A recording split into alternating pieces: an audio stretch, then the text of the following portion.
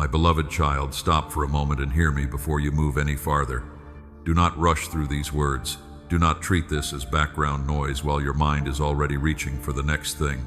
I am speaking to the part of you that has been trying to stay strong while something inside has been asking for attention, a quiet uneasiness after certain conversations, a heaviness that follows a choice you keep defending, a familiar habit that comforts you for a few minutes but leaves your peace thinner afterward. My beloved child, I am not coming to frighten you. I am coming close because I love you. There are warnings that arrive like sirens, and there are warnings that arrive like a small light on the dashboard before the engine begins to fail. Wisdom does not wait for smoke. Wisdom pays attention while the signal is still small enough to understand. That is what I am asking from you now. Pay attention before pain has to become louder. You have been calling some things stress because that explanation felt easier. You have called other things fatigue, loneliness, overthinking, or just another difficult season. Sometimes those words are accurate, but sometimes they have also helped you avoid asking the deeper question: what keeps disturbing your peace? There are patterns in your life that do not look dramatic from the outside. You still work, you still answer messages, you still smile when people ask how you are doing. Because you are functioning, you assume everything must be fine. But functioning is not the same as freedom. You can keep moving while your inner life becomes crowded. You can keep loving people while allowing access that repeatedly leaves you exhausted. You can keep telling yourself that a habit is small while it becomes the place you run whenever you feel empty. My beloved child, I see those places without condemning you. I know why you held on. Some things entered your life during seasons when you were lonely. Some relationships felt safe because they were familiar. Some habits helped you get through days when you did not know what else to do with the pain. I understand that. But something can make sense in your history and still be unhealthy for your future. That is why I am interrupting you with love. I am not saying you have failed beyond repair. I am not saying I have turned away from you. I am saying, look again. Look at what has been happening to your peace. Look at what happens after certain people leave the room. Look at what your thoughts become after you reopen the same conversation. Look at what happens when you keep saying yes to something you already resent. Look at what happens when you reach for distraction every time silence begins to reveal what hurts. My beloved child, fruit tells a story. Jesus taught that a tree becomes known by what it produces. Use that wisdom here. Do not judge something only by familiarity, history, or temporary relief. Ask what it produces over time. Does it make you more honest, peaceful, patient, and grounded? Or does it make you anxious, reactive, secretive, dependent, confused, and emotionally scattered? My beloved child, I am not asking you to become suspicious of everything. I am asking you to become honest about what repeatedly weakens you. Fear looks for danger everywhere. Discernment notices patterns and tells the truth about them. Fear makes every uncomfortable feeling into a catastrophe. Discernment slows down, watches the fruit, asks wise questions, prays, and gives time room to reveal what is real. This warning is meant to bring you into that kind of clarity. You do not need to panic. You do not need to make every decision tonight, but you do need to stop dismissing what has been repeating. My beloved child, mercy often arrives before consequences. Remember how Joseph was warned in a dream to protect the child Jesus and move away from danger. The warning was not designed to fill him with terror. It gave him direction so he could act with wisdom. That is the heart of what I want you to understand. A loving warning gives direction. It does not imprison you in fear. It creates space for a wiser choice before the situation becomes heavier. You have postponed some choices because you hoped the discomfort would disappear on its own. You told yourself the relationship would become easier, the resentment would fade, the habit would stay manageable, the exhaustion would eventually pass. My beloved child, sometimes time heals. Sometimes time reveals. And sometimes time strengthens what you refuse to confront. That is why I do not want you waiting for a collapse before you listen. You do not need a broken heart to prove the relationship was unhealthy. You do not need burnout to prove the pace was unsustainable. You do not need public consequences to admit that a private habit is costing you something. You do not need a dramatic ending to honor a repeated warning. My beloved child, you are allowed to respond while the signal is still quiet. You are allowed to step back, ask questions, create a boundary, rest, and admit when something no longer belongs in the same place in your life. That is growth. And I want you to hear one more thing before we go deeper. I am not ashamed of you for taking time to recognize this. I know how slowly the heart can release what once helped it survive. I know how confusing it feels when something familiar begins to feel wrong. So stay close. Do not force an answer. Do not run from the question either. My beloved child, this is not the end of something beautiful. It may be the beginning of clearer seeing, the beginning of healthier choices, the beginning of peace becoming stronger than habit. I am not pulling you into fear. I am calling you back into honesty. And now I want you to look carefully at your own life. Where has your peace been leaving? After which conversations, around which patterns, inside which habits? At what moments do you feel yourself becoming less clear, less grounded, less like the person you know you are becoming, my beloved child? That is where we will go next. Not into panic, into recognition, not into shame, into truth. Stay with me, because the next step is learning how to trace the places where your peace keeps disappearing and understand what those patterns have been trying to show you. My beloved child, you have begun asking the right question. Where has your peace been leaving? Now I want you to slow down enough to trace the answer without rushing, blaming yourself, or turning every uncomfortable feeling into a conclusion. Look at the pattern. Think about the conversations that stay with you long after they end. Think about the choices that seem harmless in the moment, but leave you restless afterward. Think about the people you keep making excuses for, even though you walk away feeling drained, confused, guilty, or smaller than you were before. My beloved child, do not ignore repetition. One difficult day does not always mean something is wrong. One awkward conversation does not automatically mean a relationship is unhealthy. One anxious feeling does not prove danger. But when the same loss of peace keeps returning around the same person, the same habit, the same decision, or the same environment, wisdom asks you to pay attention. That is what I am asking you to do. Not panic. Pay attention. There have been moments when your heart became unsettled and you explained it away. You said you were tired. You said you were too sensitive. You said you were overthinking. You said the other person probably did not mean anything by it. Sometimes those explanations were true, but sometimes they became a shield that kept you from examining what was happening. My beloved child, honesty does not require suspicion. It requires courage. Go back in your memory. Where did your peace begin to thin? Was it after agreeing to something you did not want to do?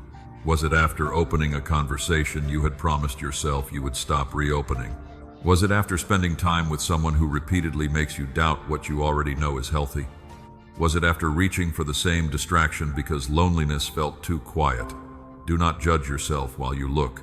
Observe. There is a difference. Judgment says, how could I be so foolish? Observation says, this keeps happening and I need to understand why.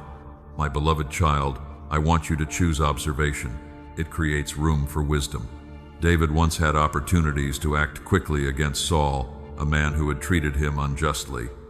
Yet David did not let urgency decide everything. He paused. He considered what kind of man he wanted to become.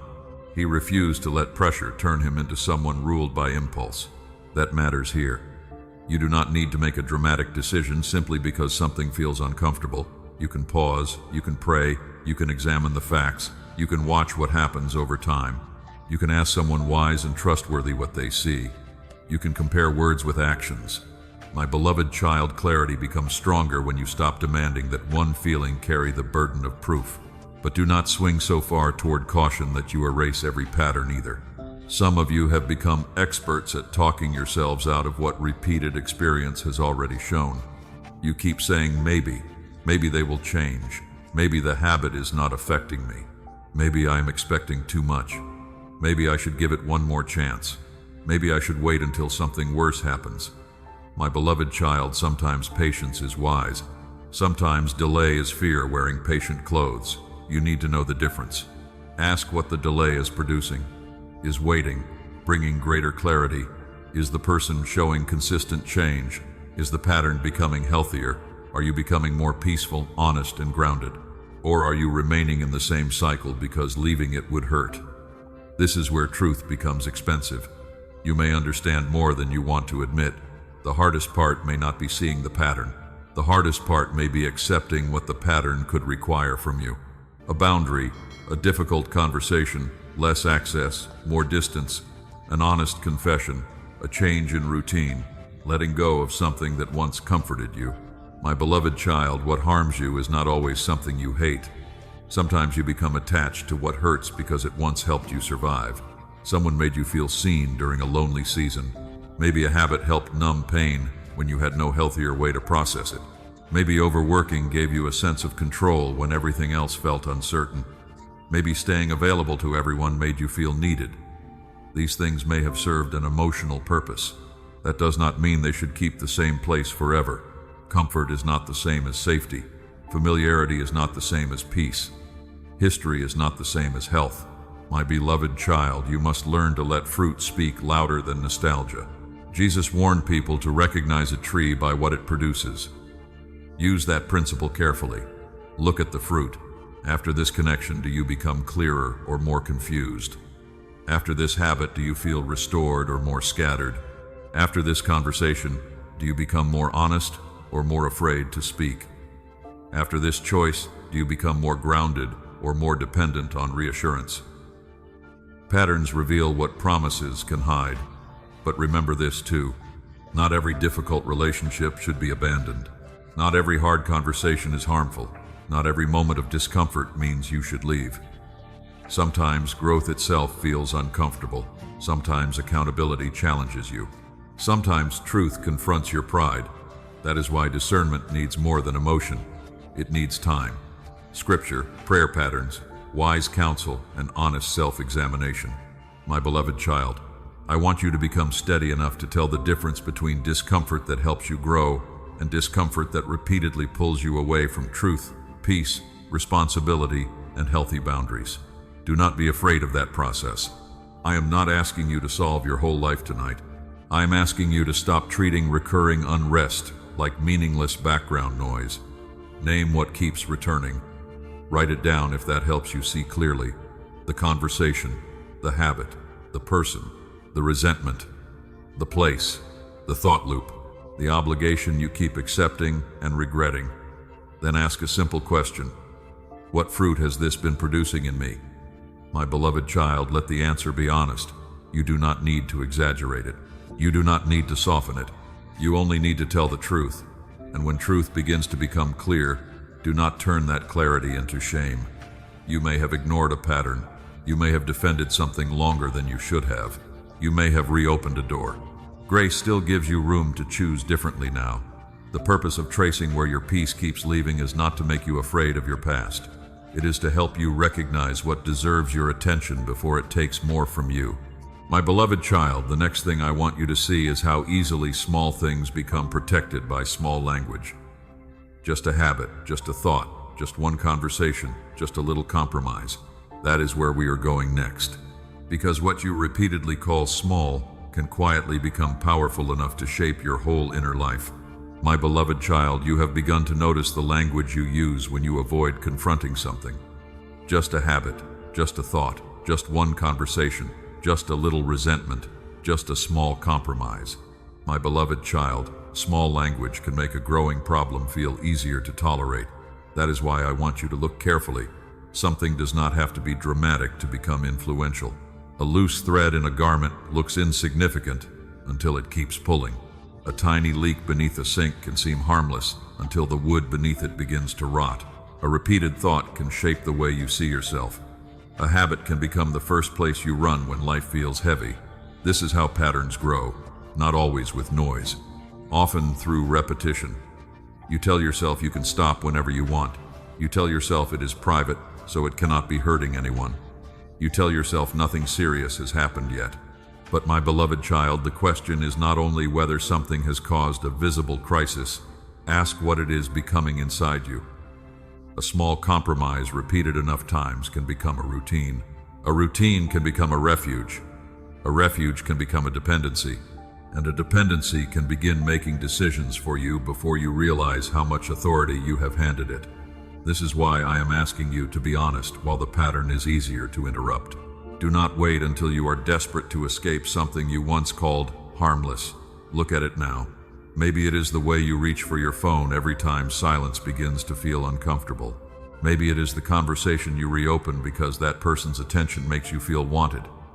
Maybe it is the resentment you revisit because anger feels easier than grief. Maybe it is the spending habit you use to soothe anxiety for an hour. Maybe it is the secret comparison that leaves you dissatisfied with your own life. My beloved child, these things may look different, but they often serve the same purpose. They help you avoid feeling something. Loneliness, fear, rejection, boredom, uncertainty, grief, shame. That is why letting go can feel harder than simply saying no. Sometimes you are not attached to the behavior itself. You are attached to what it gives you for a moment. Relief, distraction, validation, a sense of control, a feeling of being needed. My beloved child, I understand why the pattern formed. Understanding does not mean excusing what it has become. There was a time when some of these responses helped you survive a painful season. But survival strategies can become cages when you keep using them after the season has changed. The Israelites carried habits of fear from slavery into freedom. Their location changed before their inner reflexes did. My beloved child, that is an important picture. You can leave an old season physically and still carry its responses emotionally. You can be safer now and still reach for what helped you cope when you were not. You can be loved now and still expect abandonment. You can have choices now and still live as though you have none. That is why adaptation is not always healing. You learned how to function around certain wounds. You learned how to smile while exhausted. You learned how to keep working while your inner life felt divided. You stayed connected to draining people because disconnection felt frightening. My beloved child, functioning around pain can look like strength from the outside. But I want more for you than survival. I want wholeness. So measure these small things by their fruit. Does this habit make you more present or more numb? Does this thought make you more truthful or more suspicious? Does this connection make you more grounded or more desperate for reassurance? Does this resentment protect you or does it keep the wound open? Does this secret comfort actually restore you or does it leave you emptier when the moment passes? Be completely honest. You do not have to dramatize the answer. You do not have to condemn yourself. You only need to stop protecting what keeps costing you peace. My beloved child, secrecy often gives small patterns more room to grow. What stays unnamed is harder to examine. What stays hidden is easier to rationalize. That is why bringing something into the light matters. James taught believers to confess honestly and pray for one another, so healing could begin in truth rather than isolation. You do not need to announce every struggle publicly, but you may need to speak plainly with me. You may need to write the pattern down. You may need to tell a trusted person. You may need to admit, this influences me more than I wanted to see. That sentence is not defeat, it is clarity, and clarity gives you options. Interrupt the pattern where it begins. If scrolling is the doorway, move the phone away. If loneliness sends you back to unhealthy contact, call someone safe instead. If anger sends you into the same mental argument every night, write what you are actually grieving. If exhaustion weakens your boundaries, protect sleep before the next difficult conversation. If a certain environment keeps pulling you toward choices you regret, reduce your exposure. My beloved child, practical wisdom is spiritual wisdom too. You do not prove faith by keeping unnecessary temptation close. Sometimes freedom begins with changing the room, the routine, the access point, or the time of day. And when you slip, do not turn one mistake into a full return to the old pattern. Notice it, correct it, begin again. Grace is not permission to ignore what harms you. Grace is room to return to truth without drowning in shame. My beloved child, I am not exposing these small things to humiliate you. I am showing them to you because small things are easier to change before they become deeply rooted. A gardener does not hate the soil when weeds appear. The gardener simply recognizes what must be removed so what is healthy has room to grow. Let me meet you there, not with accusation, with honesty, with patience, with practical courage. Ask yourself what you keep calling small, because admitting its real influence would require change. Then ask what that change could look like today. Not someday, today. One boundary, one deleted access point, one honest prayer, one new routine, one conversation with someone trustworthy, one decision not to feed the same thought again. My beloved child, these are not insignificant acts. They are how authority returns to your hands. And as you begin removing what has quietly occupied too much space, you will notice something else. Some patterns did not grow alone. Certain people reinforced them. Certain relationships rewarded the version of you that stayed over-available, uncertain, or emotionally dependent. Certain voices gained access while you were vulnerable. That is where I want to take you next. You have looked at the small habits and hidden patterns within you. Now it is time to look carefully at who has been allowed to enter your inner life and whether that access is still healthy for where you are going. My beloved child, you have looked honestly at the small habits and hidden patterns within you. Now I want you to look at something just as important. Who has been allowed close enough to shape what survives inside you? Not everyone who knows your story should have unlimited access to your heart. Not everyone who stood beside you in one difficult season is automatically meant to stand in the same place forever. Not everyone who says they care knows how to handle what is becoming healthy in you. My beloved child, I know this is difficult because you care deeply. You do not like hurting people. That history matters, but history is not the only thing that matters. You must also look at the fruit of proximity. What happens inside you after someone has been close to your thoughts, your time, your emotions, and your decisions? Or do you leave the conversation second-guessing yourself, carrying guilt that was not yours, replaying every sentence and wondering why your peace disappeared again? My beloved child, compassion does not require constant access. Love does not require you to leave every door unlocked. There is a difference between caring for someone and giving them unrestricted entry into the most vulnerable rooms of your life.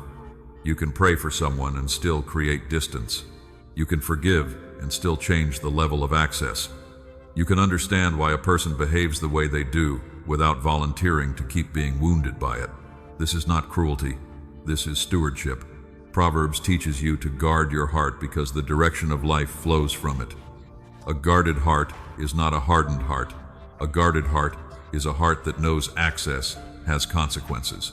If someone repeatedly enters your inner world and leaves confusion behind, you should notice. If a relationship survives only when you stay endlessly available and responsible for both people, you should notice. My beloved child, some relationships become uncomfortable when you begin to heal. The version of you who had no boundaries may have been easier for certain people to understand. Then you changed. You started resting. You started saying no without writing an essay afterward. You stopped solving problems that were not yours. You stopped letting another person's disappointment automatically become your emergency. And suddenly the relationship felt different. My beloved child, that difference is information. It does not automatically mean the other person is evil. Sometimes people simply become accustomed to a version of you that no longer exists. Your healing asks the relationship to become healthier too. Some people will adjust. Others may resist because the old arrangement benefited them. Let time reveal the difference. Do not rush to label people. Watch behavior, watch patterns. Watch whether they can hear no without punishing you. Watch whether they respect your time. Watch whether they celebrate your growth or repeatedly pull you back toward the version of you that needed their approval. My beloved child, Jesus loved many people, but he did not give everyone the same access. There were crowds, there were disciples, there were a few he brought into especially private moments. Love was wide. Access was not identical. That wisdom matters for you. You have sometimes treated equal love as equal access. They are not the same. You can love widely and trust carefully. You can remain kind while becoming more discerning. You can keep your heart soft without making your inner life a public hallway. My beloved child, some people belong to your survival story. Honor that without forcing them into your next chapter. Someone may have helped you through grief, but still be unable to respect the person you are becoming. Someone may sincerely love you and still be unhealthy for the level of closeness they once held. That is painful to admit, because sometimes creating distance feels like betrayal. You wonder whether you are becoming selfish. My beloved child, gratitude does not require permanent access. A past kindness does not purchase unlimited authority over your present life. You can honor what someone meant to you and still recognize that the relationship needs a different shape now. Boundaries are not punishment. They are information made practical. A boundary says, this is what I can carry, this is what I cannot, this is where I need space. This is what I will no longer participate in. My beloved child, let your boundaries become clear enough that you do not have to keep defending them every week. You do not need a courtroom argument for every no.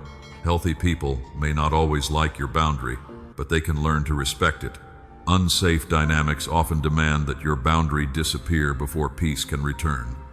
Pay attention to that difference, and pay attention to what proximity costs you. If every conversation requires hours of recovery, something needs examination. If you repeatedly lose sleep after interacting with someone, slow down and ask why.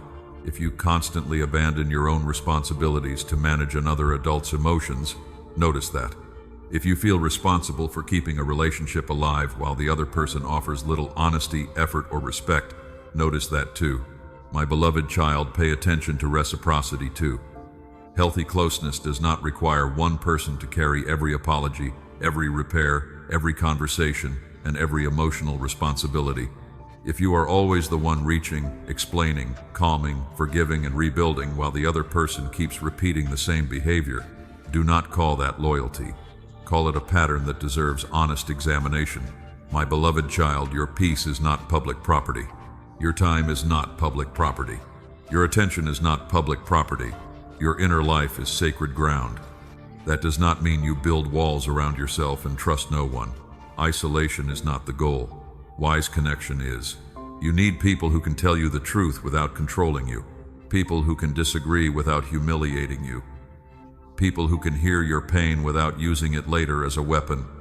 People who can respect a boundary without turning it into a test of your love. My beloved child, when you begin guarding access wisely, your life may grow quieter. Some conversations may become shorter. Some relationships may become more distant. That quiet can feel unfamiliar at first. Do not confuse unfamiliar quiet with loneliness. Sometimes peace feels empty when chaos has been your normal. Give yourself time to learn the difference. And as the noise decreases, you may finally notice how tired you have been, not only from work, not only from responsibilities, from over-explaining, from carrying emotional weight that belonged to other people, from monitoring everyone's moods, from staying available when your own heart needed rest. My beloved child, that weariness matters, because guarding your inner life is not only about who gets access, it is also about recognizing what constant access has been costing you. That is where I want to take you next. You have begun protecting the doors of your inner life. Now it is time to understand why you have felt so deeply tired and whether your weariness has been asking for more than sleep. It may be calling you back into realignment. My beloved child, now that you have begun guarding your inner life more carefully, I want you to notice what has been underneath your exhaustion. You have called it tiredness. You have blamed your schedule. You have told yourself you simply need more sleep, another quiet weekend, or a few days away from responsibility. And sometimes that is exactly what you need. But not every weariness is solved by rest alone. Sometimes your body is tired because your life has been heavy. Sometimes your mind is tired because it has been carrying conversations long after they ended. Sometimes your heart is tired because you keep holding what was never yours to manage. My beloved child, I want you to stop dismissing that deeper strain. You have been functioning through more than you admit. Unresolved grief, unfinished conversations, overgiving, hidden resentment, the pressure to keep everyone comfortable, the fear that saying no will make someone leave, the habit of replaying what you should have said, the responsibility you assumed because nobody else stepped forward. These things do not always create visible collapse. Sometimes they simply drain you a little at a time. You wake up tired after sleeping. You sit down but never feel settled. You finish one task and immediately feel pressure from the next. You reach the end of the day and realize your body stopped moving, but your thoughts never did. My beloved child, that is why I want you to ask a different question. Not only how much rest do I need, ask what am I carrying that keeps making rest difficult. That question may lead you somewhere important. Maybe you are carrying responsibility for another adult's choices. Maybe you are trying to prevent conflict in a family where everyone expects you to absorb the tension. Maybe you are holding grief that you never gave yourself permission to name. Maybe you are protecting a resentment because anger feels safer than sadness. Maybe you keep returning to a habit that distracts you for an hour but leaves you emptier afterward. My beloved child, fatigue can sometimes point toward misalignment. It does not mean every tired day contains a hidden spiritual message. You are human. Bodies need sleep. Minds need breaks. Stress has real effects. But when exhaustion becomes persistent, when temporary relief never restores you, and when the same emotional burdens keep returning, wisdom asks you to look beneath the surface. Elijah once reached a point where he was depleted, afraid, and ready to give up. Notice what happened first. He was allowed to sleep. He was given food. He was not immediately handed a lecture about being stronger. My beloved child, I want you to remember that. Realignment is not punishment. Sometimes it begins with basic care. Eat, sleep, step outside, make the appointment, ask for help, reduce what can be reduced. But after your strength begins returning, there may still be something deeper to examine. What has been taking more from you than you realized? Where are you spending emotional energy without receiving honesty, reciprocity, or peace? What do you keep tolerating because confronting it feels harder than carrying it? My beloved child, some of your old comforts may also be losing their power. The scrolling does not distract you like it used to. The conversation that once made you feel wanted now leaves you strangely empty. The purchase gives you a short lift, then the same uneasiness returns. The busy schedule keeps you occupied, but silence still finds you at night. Do not panic when false comfort stops comforting you. That can become an opportunity. It can reveal that what once helped you cope is no longer enough for what your heart actually needs. You do not need another escape route. You may need truth. You may need grief to be felt instead of postponed. You may need a boundary. You may need forgiveness. You may need to admit that your current pace cannot continue. You may need to stop using productivity to avoid a difficult inner conversation. My beloved child, come into the quiet without demanding an immediate answer. Put the phone away for a while. Let the room become still. Let your breathing slow. Then tell me the truth without polishing it. I am tired of carrying this. I am angry. I am afraid. I feel responsible for everyone. I keep returning to something that does not restore me. I do not know what needs to change, but I know I cannot keep living at this pace. My beloved child, honest prayer does not need impressive language. It needs truth.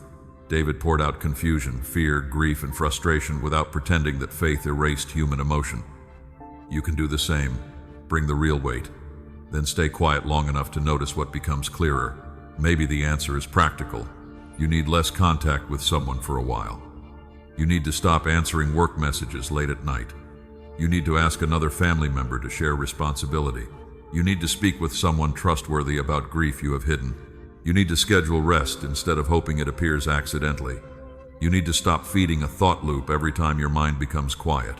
My beloved child, realignment often looks ordinary before it feels spiritual. It can be a changed routine, a closed laptop, a shorter conversation, an earlier bedtime, an honest no, a request for help, a prayer spoken before reaching for distraction. Do not underestimate those choices. They make room for your inner life to breathe again. And do not turn this into another performance. You do not have to fix every source of exhaustion today. Choose what is clear. Start where the strain is greatest. Remove one unnecessary burden. Name one hidden resentment. Protect 1 hour of rest. Have one honest conversation. My beloved child, healing is not proven by how quickly you overhaul your entire life. Sometimes healing begins when you stop abandoning yourself in the name of endurance. My beloved child, clarity often returns quietly. It may feel like one simple realization, one honest limit, or one decision to stop feeding what repeatedly leaves you depleted after the moment has passed. There is another reason I want you to understand your weariness. Exhaustion can make you desperate for certainty. When you are depleted, you may want a dramatic sign that tells you exactly what to do. You may think, if God really wants me to change this, I need something undeniable. But my beloved child, you have already been gathering information. You have seen the repeated pattern. You have watched where peace leaves. You have noticed what drains you. You have recognized what temporary comfort cannot fix. You may not need louder drama. You may need enough rest and honesty to trust what has already become clear. That is where I want to take you next. You have listened to your weariness without worshiping it. You have begun tracing what it is asking you to change. Now we must talk about the habit of waiting for one more sign, one more confirmation, one more dramatic moment before you respond to what truth has already been showing you. My beloved child, you have already begun to see why your weariness matters. It has shown you where your life has been stretched, where your peace keeps thinning, and where temporary comfort is no longer enough. Now I want to speak to the part of you that still says, I need one more sign before I act. You keep waiting for something dramatic, a door that slams, a crisis that leaves no room for doubt, a moment so obvious that you cannot explain it away. My beloved child, I understand why you want certainty, but wisdom does not always arrive through spectacle. Sometimes it arrives through repetition, the same conversation that leaves you unsettled, the same habit that weakens your clarity, the same boundary you keep avoiding, the same pattern that keeps producing the same painful result. You may not need thunder, you may need honesty. Think about a warning light on a car. You do not wait for smoke to pour from the engine before you take it seriously. You notice the signal, you check what is happening, and you respond before damage grows. My beloved child, that is how discernment often works. Not panic, not superstition, attention. You have been gathering information for longer than you realize. You have noticed which conversations leave you calm and which ones leave you rehearsing arguments for hours. You have watched the same promise be made and broken. You have seen what happens when you ignore your limits. You have recognized what false comfort gives you for a moment and takes from you afterward.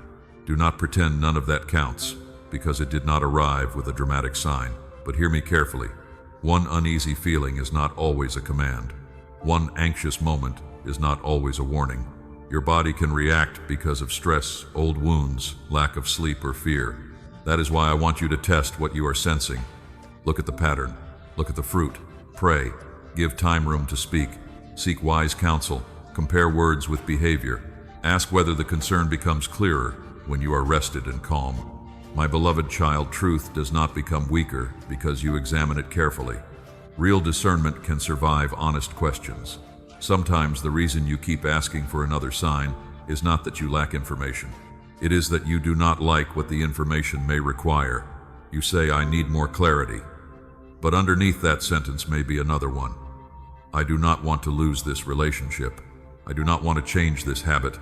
I do not want to disappoint them. I do not want to admit I stayed too long. I do not want to face the loneliness that may come after I step back. My beloved child, this is where fear becomes clever. Fear does not always say, do not obey. Sometimes fear says, wait until you are absolutely certain. Wait until nobody will misunderstand you. Wait until the decision costs nothing. Wait until you feel no grief. Wait until the other person agrees. But some choices will never become painless. You can have enough clarity to act wisely and still feel sad. You can know a boundary is needed and still miss the person. You can know a habit is damaging you and still crave it when you are lonely. You can know a conversation needs to happen and still feel your stomach tighten before you begin. Courage is not the disappearance of emotional cost. It is choosing truth without demanding that truth feel easy. Remember Gideon. He asked for repeated reassurance because fear made the calling feel larger than his strength. Yet eventually there came a point when he had to move. My beloved child, there is a lesson there, but do not turn it into a formula for asking endlessly for signs. The purpose of reassurance is to strengthen obedience, not postpone it forever. At some point, what you already know must become enough for the next step. Not every step, the next one. Maybe you do not know whether a relationship will end, but you know you need one honest conversation. Maybe you do not know what your career will look like next year, but you know your current pace is damaging your health and needs adjustment. Maybe you do not know whether someone will change, but you know you cannot keep giving them access without accountability.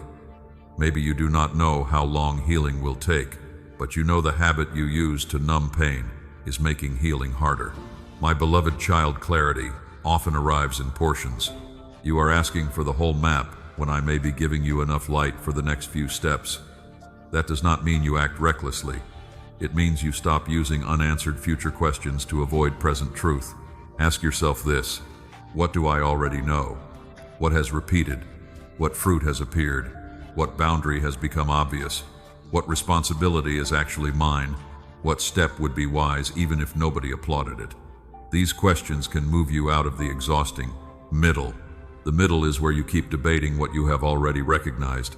You stay half attached and half ready to leave, half committed and half protecting an escape route, half honest and half hoping the truth changes. My beloved child, that tension drains you. It keeps your mind busy because every day becomes another trial of the same evidence. You revisit the same messages. You replay the same conversation. You ask 3 more people for advice. You search for another answer online. And often you are not looking for truth anymore. You are looking for permission to avoid the cost of what truth has already shown. I say that with tenderness, not accusation. I know why you hesitate. Loss hurts. Change can feel lonely. Boundaries can disappoint people. Repentance can bruise pride. Letting go can create an empty space before something healthier fills it. My beloved child, bring that fear into prayer instead of disguising it as confusion. Say, I think I know what needs to change, but I am afraid of what it will cost. Do not ask, only give me a bigger sign. Ask, give me wisdom to test what I have seen. Give me courage to act on what is clear. Give me patience where I truly need more time. Give me humility to admit when fear is delaying me. Then listen to truth, to patterns, to scripture, to wise voices, to what continues becoming clear when pressure settles. My beloved child, you do not need to force certainty. You need enough clarity for faithful movement. And now we have reached the point where listening must become practical. You have traced where peace keeps leaving. You have examined small patterns. You have guarded access. You have listened to your weariness. The next step is not another round of analysis. It is decision. My beloved child, that is where I want to take you next. Not into impulsive action, into one honest, grounded response with courage. One real choice that turns what you have recognized into something you actually live. My beloved child, you have reached the place where clarity must become a choice. You have traced the places where your peace keeps leaving. You have looked at the habits you once called small. You have noticed which relationships have too much access. You have listened to your weariness. You have stopped demanding another sign. Now I want you to do something with what has become clear. Not something reckless, not something theatrical, something real. My beloved child, conviction that never reaches your decisions eventually becomes another form of weight. You can feel deeply and still remain stuck. You can agree with truth and still protect the pattern that truth exposed. You can say, I know this needs to change, and then return to the same routine by nightfall. That is why this moment matters. I do not want you collecting insight while your life stays untouched by it. I want honesty to become movement. So begin by naming what you already know. Do not hide it behind vague language. Name the person, name the habit, name the resentment, name the unfinished responsibility, name the place you keep returning to even though it leaves you depleted. Name the conversation you keep postponing. Name the access point you keep leaving open just in case. My beloved child, clarity becomes useful when it becomes specific. Instead of saying, I need better boundaries, say which boundary. Instead of saying, I need to stop overgiving, name where you keep doing it. Instead of saying, I need more peace, identify what repeatedly steals it. Instead of saying, I should change someday, decide what can change now. You do not need to solve everything at once. Choose one response. Maybe you need to stop answering messages after a certain hour. Maybe you need to cancel a meeting that keeps pulling you into the same unhealthy dynamic. Maybe you need to confess something you have hidden. Maybe you need to make an appointment you have delayed. Maybe you need to remove a number, mute a conversation, change a routine, or ask for help. My beloved child, ordinary choices can carry deep meaning. Nehemiah prayed when he heard about Jerusalem, but he did not stop at emotion. He asked questions. He made a plan. He gathered what was needed. Then he moved toward the work in front of him. That is a useful picture for you. Prayer and action do not compete. Discernment and movement belong together. You can pray carefully and still make a decision.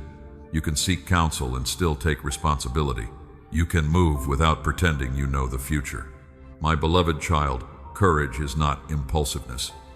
Courage does not mean sending an angry message because you finally feel justified. It does not mean cutting people off in a burst of emotion. It does not mean making a life-changing decision while exhausted just to prove you are serious. Courage is calmer than that. Courage says, I watched the pattern, I have prayed, I have considered the fruit, I have given this time. Now I will take the next honest step. That step may still hurt. A boundary can be right and still feel sad. An apology can be necessary and still make you nervous. Leaving an unhealthy pattern can be wise and still create loneliness. My beloved child, discomfort does not automatically mean the decision is wrong. Sometimes grief is simply the cost of releasing what once mattered. Do not confuse grief with a command to go backward. You may miss someone and still need distance. You may feel uncertain and still know a habit needs to stop. You may wish the story had ended differently and still accept what the fruit has shown you.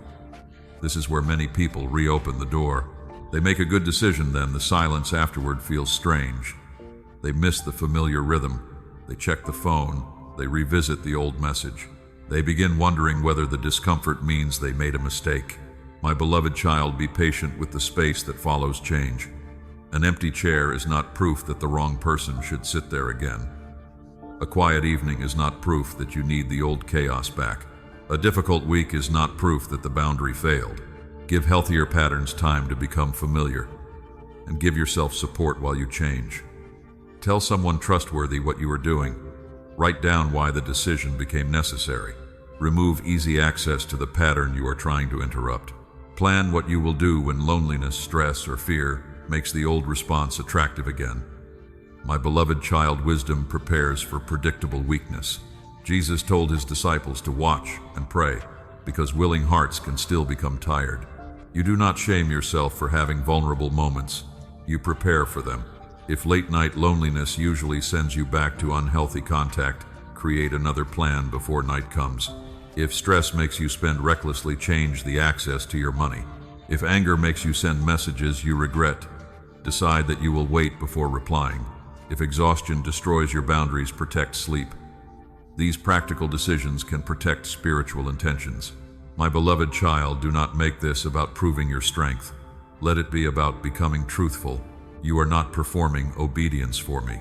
You are learning to live in agreement with what you already recognize as healthy, responsible, and true. And when you make the decision, do not keep reopening the trial every few minutes. You do not need to ask whether the old pattern still wants you. You do not need to check whether the door is still available. You do not need to keep testing the boundary you just created. Bring the ache to me instead. Bring the uncertainty. Bring the loneliness. Bring the temptation to go back. Stay with me in the aftermath of the choice. My beloved child, this is where the title of this section becomes real. Conviction becomes decision when it changes what you actually permit, answer, repeat, avoid, confess, schedule, or release. Not when you feel inspired, when you choose. And if you stumble, correct course. Do not turn one weak moment into surrender to the whole old cycle. Notice what happened. Learn from it.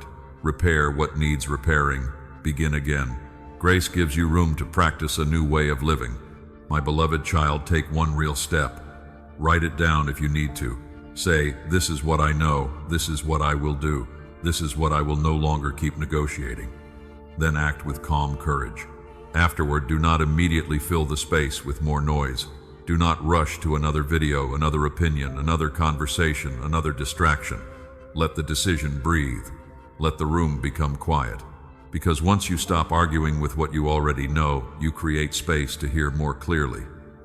My beloved child, that is where I want to take you next. You have moved from conviction into action.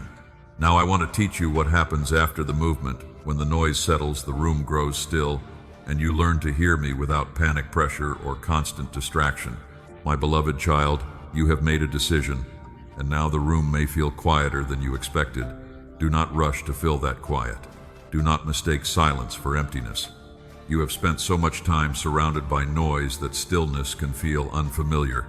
Your phone buzzes. Messages arrive. News keeps changing. Someone always has an opinion. Your mind moves from one unfinished thought to another until even rest begins to feel busy. But after a real decision, quiet becomes important. It gives your heart space to catch up with what your actions have already chosen. My beloved child, I want to meet you there. I want you to learn how to hear me when the house is still, when the screen is dark, when the conversation has ended, and when you finally stop reaching for another voice to tell you what to think. You have been trained by the world to fear empty space. If there is silence, you turn on music. If there is uncertainty, you search for another answer. If there is discomfort, you scroll. If there is loneliness, you check whether someone has written back. My beloved child, none of those things are automatically wrong. But when every quiet moment is immediately filled, you lose the chance to notice what your inner life has been trying to say. Stillness is not a punishment. It is a place where noise stops competing for your attention. Think about Elijah on the mountain. There was wind, there was shaking, there was fire. Yet the moment of encounter came through a gentle, quiet voice. My beloved child, do not turn that story into a rule that every quiet thought is from me. Discernment still matters. Your imagination can speak. Fear can speak. Old wounds can speak. Stress can speak. That is why you test what you sense through truth. Scripture-wise, counsel time and the fruit it produces. But you must become quiet enough to test anything honestly. A mind that never stops receiving input has little room to examine what it is carrying. So begin simply. Put the phone down for a while. Wash the dishes without turning the moment into another opportunity to consume information. Drive to work and let part of the journey remain quiet. My beloved child, I can meet you in ordinary places. You do not need a special room. You do not need perfect language. You do not need to create a spiritual performance. You can speak to me while folding clothes. You can pray while sitting in the car before walking into work. You can ask for wisdom before opening an email that makes you tense. This is how relationship becomes part of daily life, not through constant intensity, through repeated return. My beloved child, quiet also helps you recognize the difference between panic and conviction. Panic pushes. Panic says, decide now or everything will collapse. Panic fills your mind with imagined disasters. Panic makes every uncertainty feel like proof that danger is coming. Steady conviction feels different. It may still be uncomfortable. It may ask something difficult from you, but it does not need to terrify you into obedience. It can remain clear even when your breathing slows. It can survive prayer. It can survive wise questions. My beloved child, learn that difference. Do not call every fearful thought my voice. I do not need confusion to control you. When you are uncertain, slow down enough to separate facts from imagination. Ask what you actually know. Ask what has repeated. Ask what responsibility belongs to you. Ask whether the thought leads toward honesty, wisdom, love, self-control, and responsible action. That kind of listening protects you from recklessness and paralysis. You are not being called to become suspicious of every detail around you. A watchful spirit is not a paranoid spirit. Watchfulness means you are present. You notice when peace disappears. You notice when a boundary weakens. You notice when resentment starts returning. You notice when your body has been running without enough rest. You notice when someone keeps asking for access they have not handled well. My beloved child, awareness gives you choices before reaction takes over. This is why quiet matters after the decision you just made. If you immediately drown yourself in noise, you may miss what the decision is teaching you. You may not notice that you are grieving. You may not notice how often your hand reaches toward the old habit. You may not notice that a relationship had been taking more energy than you understood. Silence makes these things easier to see. And when you see them, do not rush to judge yourself. Stay curious. Ask, what is this showing me? Maybe the quiet reveals loneliness. Then seek healthy connection instead of returning to unhealthy access. Maybe it reveals fear. Bring that fear into prayer instead of letting it make the next decision. Maybe it reveals exhaustion. Then rest instead of calling yourself lazy. Maybe it reveals grief. Let grief move instead of numbing it again. My beloved child, quiet is not always comfortable because truth does not always arrive wrapped in comfort. But you do not have to be afraid of what you discover there. I am not waiting in the silence to accuse you. I am inviting you into a more honest relationship with yourself, with me, and with the life in front of you. Tonight, if the house becomes quiet and your mind starts racing, do not immediately reach for the screen. Take a breath. Let the thoughts come without believing every one of them. Tell me what is actually there. I am afraid. I miss them. I feel relieved. I feel guilty. I do not know what happens next. My beloved child, those are real prayers. You do not have to turn them into polished sentences. Then ask for one thing. Show me what is mine to carry tomorrow. That question can bring your attention back from imagined futures to present responsibility. You may discover that tomorrow does not require a dramatic revelation. A phone call, an apology, a boundary kept, a task finished, a meal eaten slowly, a few quiet minutes before the day begins. My beloved child, this is how watchfulness becomes a daily practice instead of an emergency response. You listen before crisis, you pause before reacting, you pray before panic becomes the loudest voice. You make room before your mind becomes crowded again. And as you practice this, you may begin noticing something else. The old rhythms that once felt normal may not fit you anymore. Some routines may feel strangely empty. Some conversations may no longer hold the same pull. Some places may feel too tight for the person you are becoming. Do not rush to call that restlessness failure. The quiet may be helping you notice that a season is changing. My beloved child, that is where I want to take you next. You have learned not to fear the silence after a decision. Now I want to help you recognize what happens when the life that once fit begins to feel different, and how to respond when an old season starts loosening its grip. My beloved child, the quiet has helped you notice something you could not see while everything was loud. The old rhythm does not feel the same anymore. Some places you once fought to remain in now feel too small for the person you are becoming. Do not rush to call that confusion. Do not assume something is wrong with you. Sometimes the season is changing. My beloved child, change often begins before you have words for it. You feel it first as restlessness, then as distance, then as the strange realization that what once fit now requires too much effort to keep forcing. You try to make yourself enjoy the old pattern because it is familiar. You tell yourself this should still be enough. You return to the same people, the same habits, the same routines, hoping the old feeling will come back. But something has shifted. My beloved child, familiarity can become a powerful anchor. Even when a season has ended, the heart may keep reaching backward because it knows what to expect there. The unknown feels risky.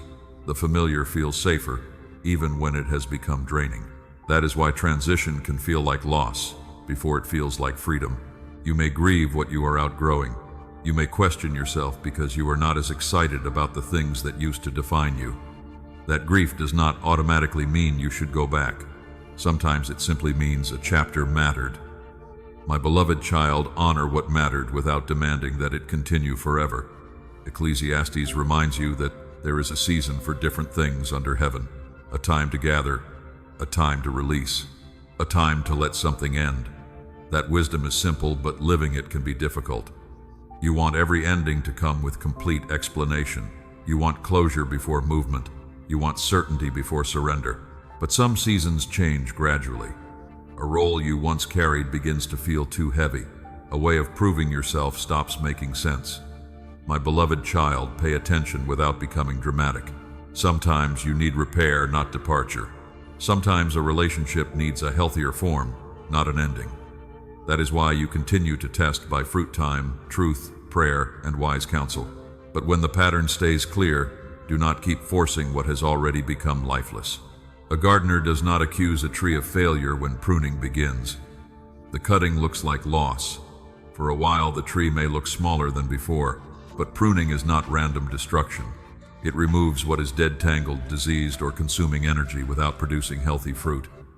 My beloved child, some areas of your life may need that kind of careful pruning, a commitment you accepted out of guilt, a friendship that survives only through your overfunctioning, a routine that keeps you busy but disconnected, a version of success built on impressing people you do not even trust, a habit of saying yes before asking whether you actually have the capacity. You do not need to burn your life down. You need to stop feeding what no longer deserves the same energy. That is different. My beloved child, transition becomes healthier when it is handled with patience. Do not make every ending hostile. Do not create an enemy where there may simply be a difference in direction. Some opportunities are not wrong. They are simply not right for this season. Some routines were useful once. They are simply no longer serving the same purpose. You can release without rewriting the past as a disaster. That kind of maturity will protect your peace. My beloved child, I also want you to notice what happens when an old identity begins to loosen. Maybe you were always the strong one, the person who never needed help, the one who kept the family together. Those roles may have helped you through hard years, but if they require you to abandon your own limits, they cannot remain untouched forever. A new season may ask you to become less impressive and more honest, less available and more present, less reactive and more grounded, less concerned with being needed and more willing to be known. That can feel strange. My beloved child, do not mistake unfamiliarity for failure. Peace can feel boring when chaos trained your nervous system. A healthy boundary can feel selfish when overgiving became your identity. Rest can feel irresponsible when exhaustion was praised as commitment. Silence can feel lonely when constant contact was your normal. Give the new rhythm time. You are learning another way to live, and remember, preparation is often quiet. Joseph spent years in places that did not look like the fulfillment of the dreams he had received. David learned to lead long before he sat on a throne. Ruth walked into an uncertain field, one ordinary day before she could see how her story would unfold. My beloved child, I am not telling you these stories to promise that every loss will lead to a dramatic reward. I am reminding you that transition does not have to look impressive to be meaningful. A healthier routine can be holy. A closed door can simply be a closed door, and you can still choose wisdom about what comes next. You do not need to invent a prophecy around every change. You need to remain awake to what the change is teaching you. Ask what is beginning. Ask what needs less access. Ask what deserves more attention. Ask which habits belong to the person you were and which habits support the person you are becoming. My beloved child, the season shifting around you may first appear in small, practical places. You stop chasing a reply. You no longer explain yourself for an hour. You feel less interested in proving a point. You want a quieter morning. You begin protecting your sleep. You choose one honest conversation over 10 shallow ones. You return to prayer before reaching for distraction. Those changes may not look dramatic to anyone else, but they tell you something. Your inner priorities are moving. Let them move with wisdom. Do not cling simply because release feels unfamiliar. Do not run forward recklessly either. Walk, observe, pray. Let what is healthy become stronger through repetition. My beloved child, this new season does not require you to know the entire future. It asks you to stop pretending that the old one still fits exactly as it did. That honesty is enough for now, but there is one danger at this point. You can recognize that a season is changing and still spend months standing in the doorway. You can know what needs to be reduced, released, repaired, or confronted, and keep saying later. Later when you feel stronger. Later when the timing is easier. Later when nobody is disappointed. Later when you are certain. My beloved child, that is the next place we must go. Because recognizing change is not the same as responding to it. And once the needed step becomes clear, delay can quietly become another way of holding on. So next I want to talk with you about the habit of postponing what you already know needs your attention. My beloved child, you have begun to recognize that the season is changing. You can feel where the old rhythm no longer fits, where the old excuses no longer satisfy, and where the next honest step is already becoming visible. Now I want to speak to the word you keep using when you are not ready to move. Later. Later when you have more energy. Later when the timing is easier. Later when the other person is calmer. Later when you feel certain. Later when the fear is gone. My beloved child, sometimes waiting is wise. Sometimes a decision needs prayer, counsel, information, rest, or better timing. But sometimes later is simply fear asking for another day. You know the difference more often than you admit. Wise waiting gathers what is needed. Fear-based delay keeps circling the same truth. Wise waiting creates clarity. Fear-based delay creates heavier tension. Wise waiting prepares you to act. Fear-based delay keeps changing the reason action cannot happen yet.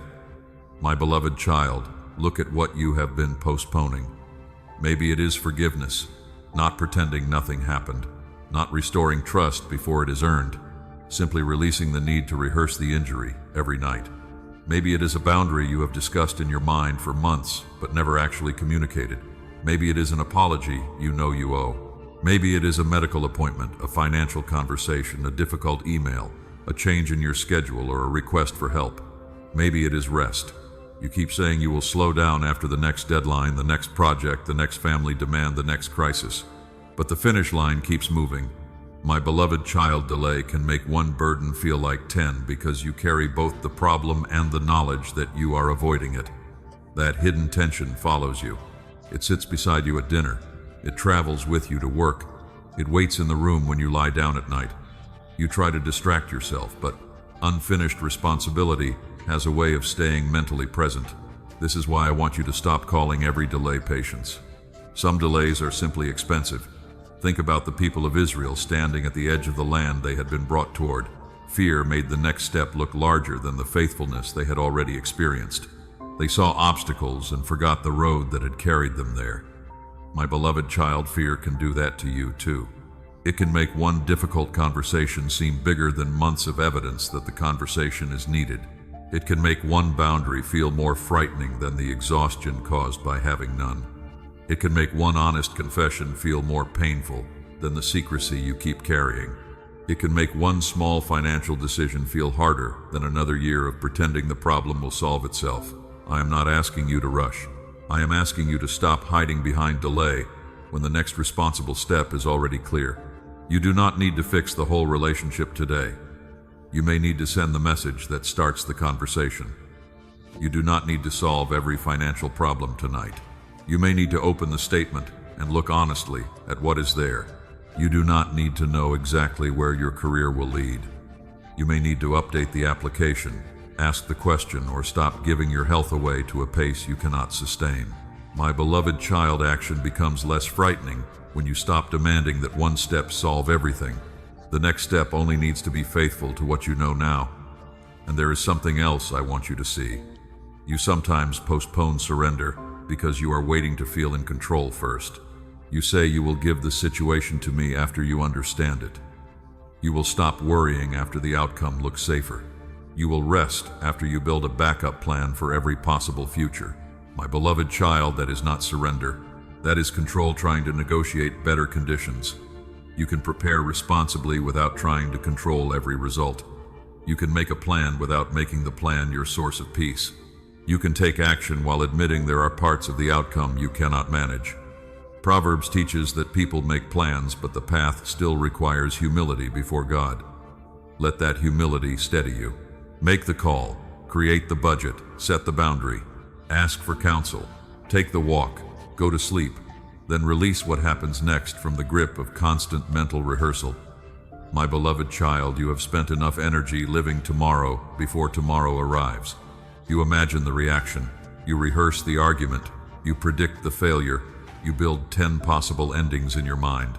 And by the time the real moment comes, you are already exhausted from conversations that never happened. Come back to today. What is yours to do today? Not next month, not when every emotion is settled. Today. Maybe today is the day you stop checking whether someone has changed and start changing what access they have to you.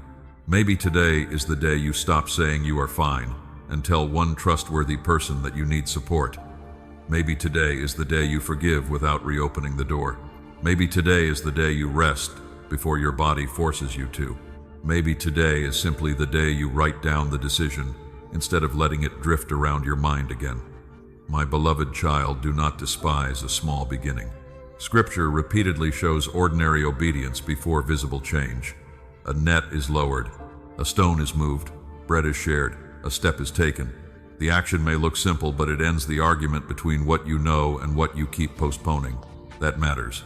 You do not need more pressure.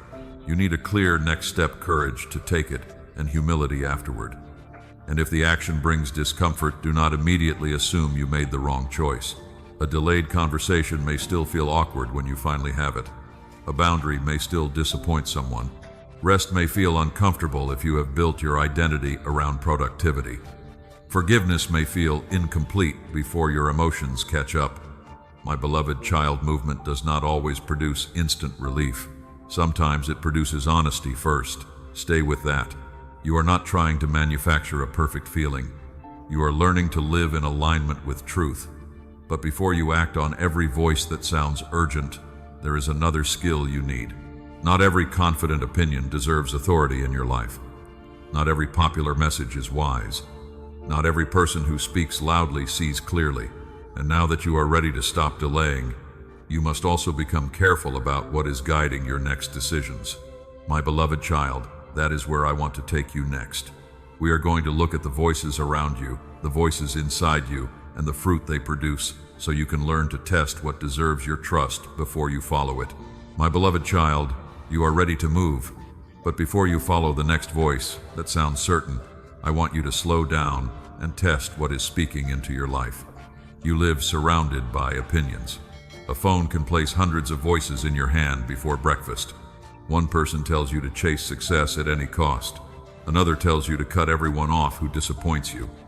Another promises that one habit, one purchase, one relationship, or one mindset will fix everything quickly. My beloved child, confidence is not the same as truth. A polished message can still lead you somewhere empty. A popular voice can still be careless. A person can speak with certainty and still lack wisdom. That is why I do not want you dazzled by presentation. Look deeper. Look at the fruit. Jesus warned that a tree is known by what it produces. That principle still matters. When a voice enters your life, ask what begins growing after you listen. Does it make you more honest, more patient, more responsible, more grounded, more willing to love with wisdom?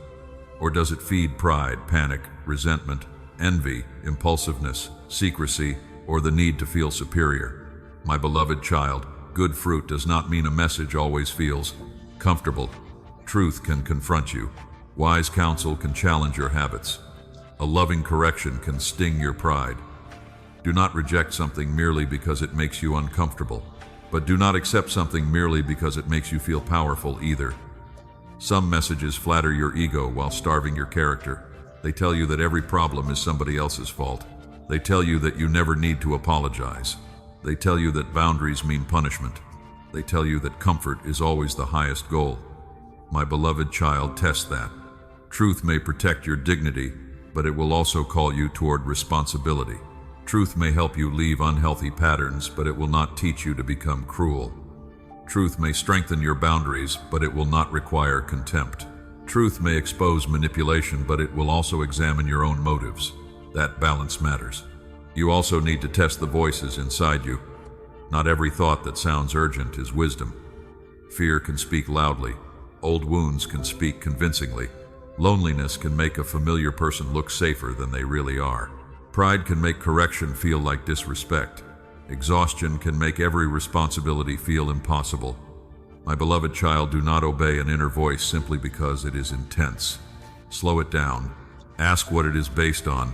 Facts A, repeated pattern. An old fear, a recent disappointment. Something someone said years ago that you still carry as though it were a permanent verdict. Bring the thought into the light. You do not have to believe everything your mind produces. Paul urged believers to examine what they heard and hold on to what proved good. That is a useful posture. Not gullible, not cynical, discerning. My beloved child, I do not want you suspicious of everyone. Suspicion can become its own prison. I want you awake enough to test without becoming hardened. Give people time to reveal their character.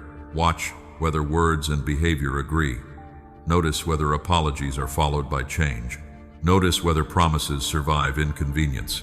Notice whether someone respects your boundary when it costs them access. Notice whether advice produces steadiness over time or only excitement for an hour. Fruit often needs time to ripen before it can be judged clearly. That is why you should not let urgency force you into trust. A stranger on a screen does not deserve authority over your life merely because they sound convincing. A successful person is not automatically wise about marriage, faith, money, health, or your future. A spiritual-sounding message is not automatically mature. My beloved child, bring what you hear back to Scripture, not one isolated phrase used to support whatever you already wanted. Look at the larger character of truth. Does the message move you toward love, self-control, honesty, humility, courage, justice, mercy, responsibility, and faithfulness? Or does it need fear, greed, superiority, or emotional pressure to keep you listening? That question can protect you. Remember this as well. A voice does not need to sound evil to become unhealthy. Sometimes it simply keeps you distracted, dependent, angry, or constantly hungry for the next answer. If something trains you to stop thinking, stop praying, stop checking facts, or stop taking responsibility, step back. Healthy guidance does not make you weaker so that you must keep returning. It helps you become clearer, steadier, and more responsible. Seek wise counsel too. Choose people who are not impressed by drama, people who can tell you no, people who do not need your agreement to feel secure, people who care more about your character than your approval. My beloved child, wise counsel does not make your decisions for you. It helps you see what emotion may be hiding, and be careful with fear of missing out.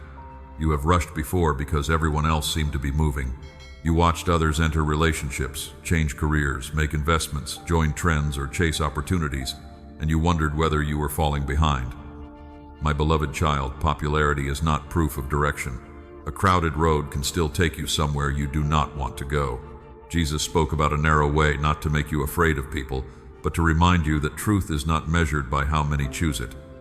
Sometimes the right decision will be quieter, less impressive, less shareable. It may look like keeping your word when lying would be easier. It may look like refusing gossip when joining would help you fit in. It may look like declining an opportunity that requires you to betray your health, family, or integrity. It may look like staying patient while other people chase shortcuts. My beloved child, do not confuse slower with wrong, and do not confuse exciting with right. Test the voice, test the fruit, test the pattern. Test whether your decision still makes sense after the emotional rush fades. Pray over it, sleep on it when time allows.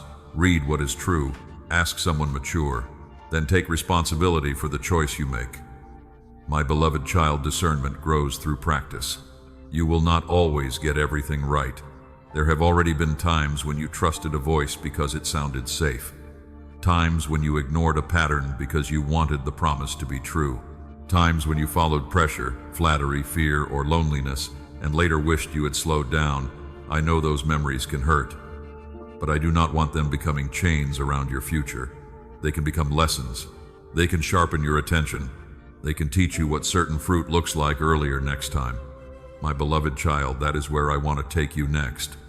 You have learned how to test the voices speaking now.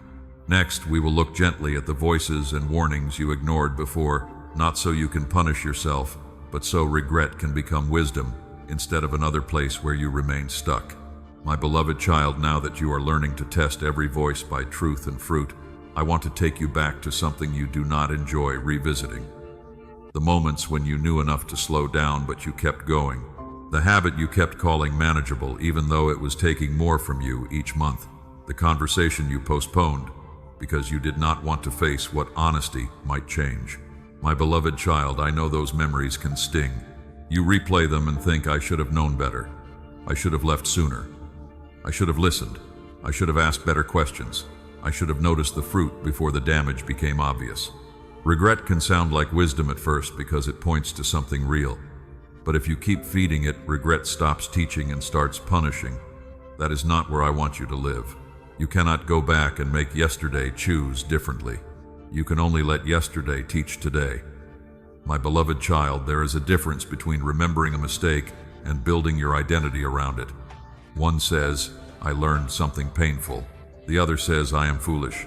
I ruin everything and I cannot trust myself anymore. Do not confuse those voices. Humility can admit, I missed what was happening. Shame says, because I missed it once, I will always fail. That is not truth. Peter knew what regret felt like. He spoke with confidence, then denied Jesus when fear took over. He wept bitterly afterward. But his worst moment did not become the final definition of his life. He was restored, recommissioned, and taught to love with greater humility. My beloved child, remember that when you look back at your own failures. A painful decision can educate you without becoming your permanent name. Maybe you trusted someone because you wanted their words to be true. Maybe you stayed because you hoped love would eventually change the pattern. Maybe you ignored exhaustion because people depended on you. Maybe you kept returning to a habit because it softened loneliness for a few minutes. Maybe you rushed into an opportunity because everyone around you said you would be foolish to miss it. My beloved child, you were making decisions with the awareness, wounds, hopes, fears, and information you had then. That does not excuse what needs accountability, but it does help you learn without hating the person you were. Look carefully at what happened. What did you minimize? What did you explain away? What behavior did you believe would change without evidence? What boundary did you know you needed but refused to hold? What did fear make you call patience? What did loneliness make you call connection? What did pride make you call confidence, my beloved? The child, those questions are useful, because they turn regret into discernment. Do not ask them so you can put yourself on trial again. Ask them so the lesson becomes clear. You may discover that you did not need a supernatural sign. You needed to trust repeated behavior. You needed to believe the apology less and watch the change more. You needed to stop assuming that chemistry meant character. You needed to recognize that your body was exhausted, your mind was overloaded, and your judgment needed rest before another major decision. These are lessons you can carry forward. You still grieve some doors that never opened.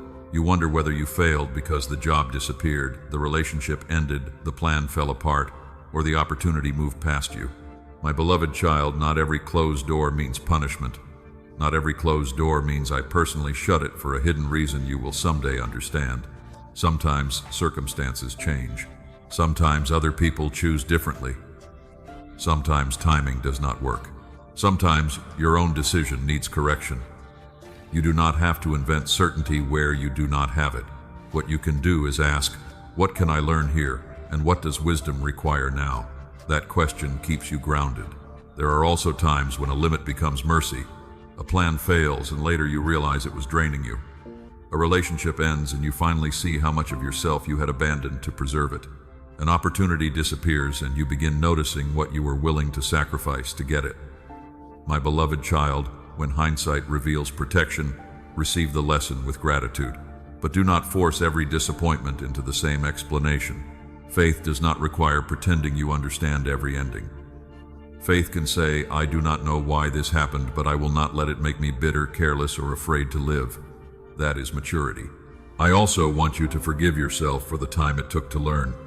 You have punished yourself for staying too long, for calling back, for believing another promise, for hiding the problem, for spending money you should have saved, for speaking from anger, for ignoring your own limits. My beloved child, repentance and self-hatred are not the same. Real repentance tells the truth and changes direction. Self-hatred keeps staring backward until movement feels impossible. I am calling you toward movement. If you owe someone an apology, give it. If a decision created consequences, face them responsibly. If trust was damaged, rebuild what can be rebuilt through consistent action. If something cannot be repaired, learn and grieve honestly. But stop using punishment as proof that you are sincere. Mercy does not erase responsibility. It gives responsibility somewhere healthy to stand. My beloved child, I want your past to become a classroom, not a prison. Write down what it taught you. Maybe you learned to slow down before giving someone deep access. Maybe you learned that repeated inconsistency matters. Maybe you learned that financial fear can make shortcuts look attractive. Maybe you learned that exhaustion changes the way you interpret everything. Maybe you learned that silence after an apology is not the same as changed behavior. Carry those lessons forward. Then release the need to replay the entire story every night. You do not have to keep touching the bruise to prove it happened. You already know it happened. Now let healing include a new response. My beloved child, gratitude can help here too. Not gratitude for being hurt. Not gratitude for betrayal, loss, or confusion. Gratitude that you can see more clearly now. Gratitude that you survived what once felt impossible. Gratitude that wisdom can grow from painful experience. Gratitude that your future does not have to repeat your past simply because your past was costly. You are not beginning from nothing. You are beginning with lessons, and those lessons can become part of a steadier inner compass. That is where we are going next. You have learned to test voices by their fruit. You have looked back without letting regret become your identity. Now, I want to help you build a way of discerning that does not depend on panic popularity or one emotional moment. My beloved child, next, we will strengthen that inner compass through truth, scripture, prayer-wise, counsel, and the small daily choices that teach you how to recognize what deserves your trust. My beloved child, you have looked back at the lessons your past taught you, and now I want to help you carry those lessons forward without living afraid of every decision. You do not need to become suspicious of life. You need a way to discern. You have spent too much time looking outward for someone else to tell you what is right. A friend gives one opinion, a family member gives another. A video says something different. Your emotions change by the hour. Then you wonder why your mind feels crowded. My beloved child, I want to build something quieter and stronger within you. An inner compass that is shaped by truth, not panic, by scripture, not pressure, by prayer, not endless noise, by wisdom, not popularity. Start with my word. Do not treat scripture like a decoration you reach for only when life becomes frightening. Let it become part of the way you think before the crisis arrives. Read slowly enough to ask what kind of person truth is forming you into. Notice what scripture repeatedly values: honesty, patience, humility, self-control, faithfulness, justice, mercy, courage, love that does not abandon truth. My beloved child, when a decision keeps pushing you away from those things, pay attention. You do not need one isolated verse twisted around your preference. You need the larger pattern of truth shaping your judgment. Psalm 1 describes a person rooted like a tree near water, not tossed around by every passing season. That is the kind of steadiness I want for you. Prayer matters too. But prayer is not only asking me to approve the plan you already made. Sometimes prayer means becoming quiet enough to admit that your preferred answer may not be the wisest one. Say, "My Father, show me what I am missing. Show me where fear is speaking. Show me where pride is protecting an image. Show me where loneliness is making me rush. Show me where I am calling comfort, peace, because I do not want change." My beloved child, that kind of prayer opens space for honesty. And after you pray, do not demand an emotional rush as proof that you have heard me. Strong emotion is not always direction. Relief is not always confirmation. Fear is not always warning. Peace is not always the absence of difficulty. Sometimes the right choice still feels costly. Sometimes truth settles slowly. Sometimes clarity becomes stronger after sleep, conversation, reflection, and time. That is why your inner compass needs more than one feeling. Bring wise people into the process, not people who tell you whatever keeps you comfortable. Choose people whose lives show maturity, people who can disagree without humiliating you, people who care about your character more than your excitement, people who are not secretly invested in controlling your outcome. My beloved child, wise counsel should help you see more clearly, not make you dependent. There is also power in solitude. You cannot know what you truly think if every quiet moment is filled with somebody else's voice. Take short periods where you stop consuming advice. No scrolling. No searching for another opinion. No asking the same question again because you disliked the last answer. Sit with what you already know. Write down the facts. Write down the fears. Write down what has repeated. Write down what scripture and wise counsel have already made clear. My beloved child, sometimes your confusion is not caused by lack of information. It is caused by too much information competing for authority. Simplify, then practice discernment in small decisions. Do not wait for a life-changing crisis to learn how to listen. Bring me the ordinary things. How should I respond to this email? Do I need to answer tonight?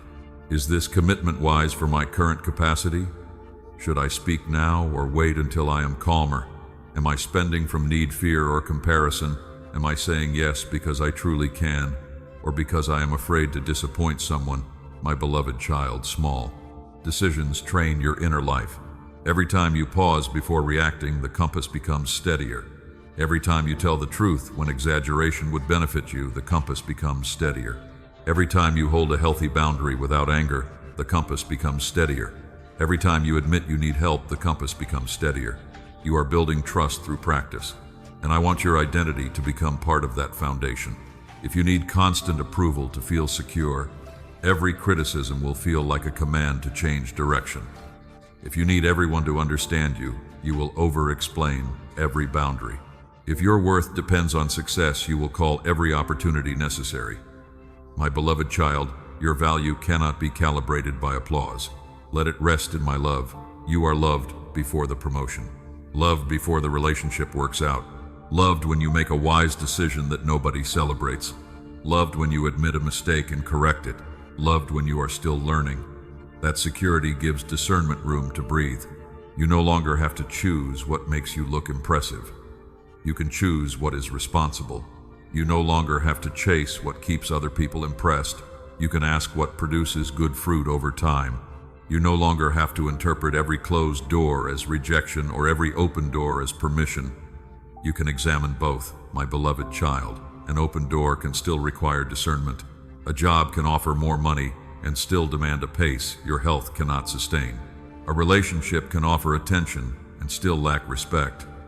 An opportunity can look exciting and still pull you away from responsibilities you know matter. Look beyond appearance. Ask what the path will require from your character, your health, your relationships, and your peace. Then give yourself permission to move slowly when the decision allows it. Urgency can be real, but manufactured urgency often weakens judgment. You do not need to make every choice tonight. Sometimes the wisest answer is, I will pray, sleep, ask questions, and respond tomorrow. My beloved child, that is not weakness. That is maturity. And when a decision finally becomes clear, trust yourself enough to take responsibility for it. You may still feel nervous. You may still wonder how everything will unfold. A compass tells direction.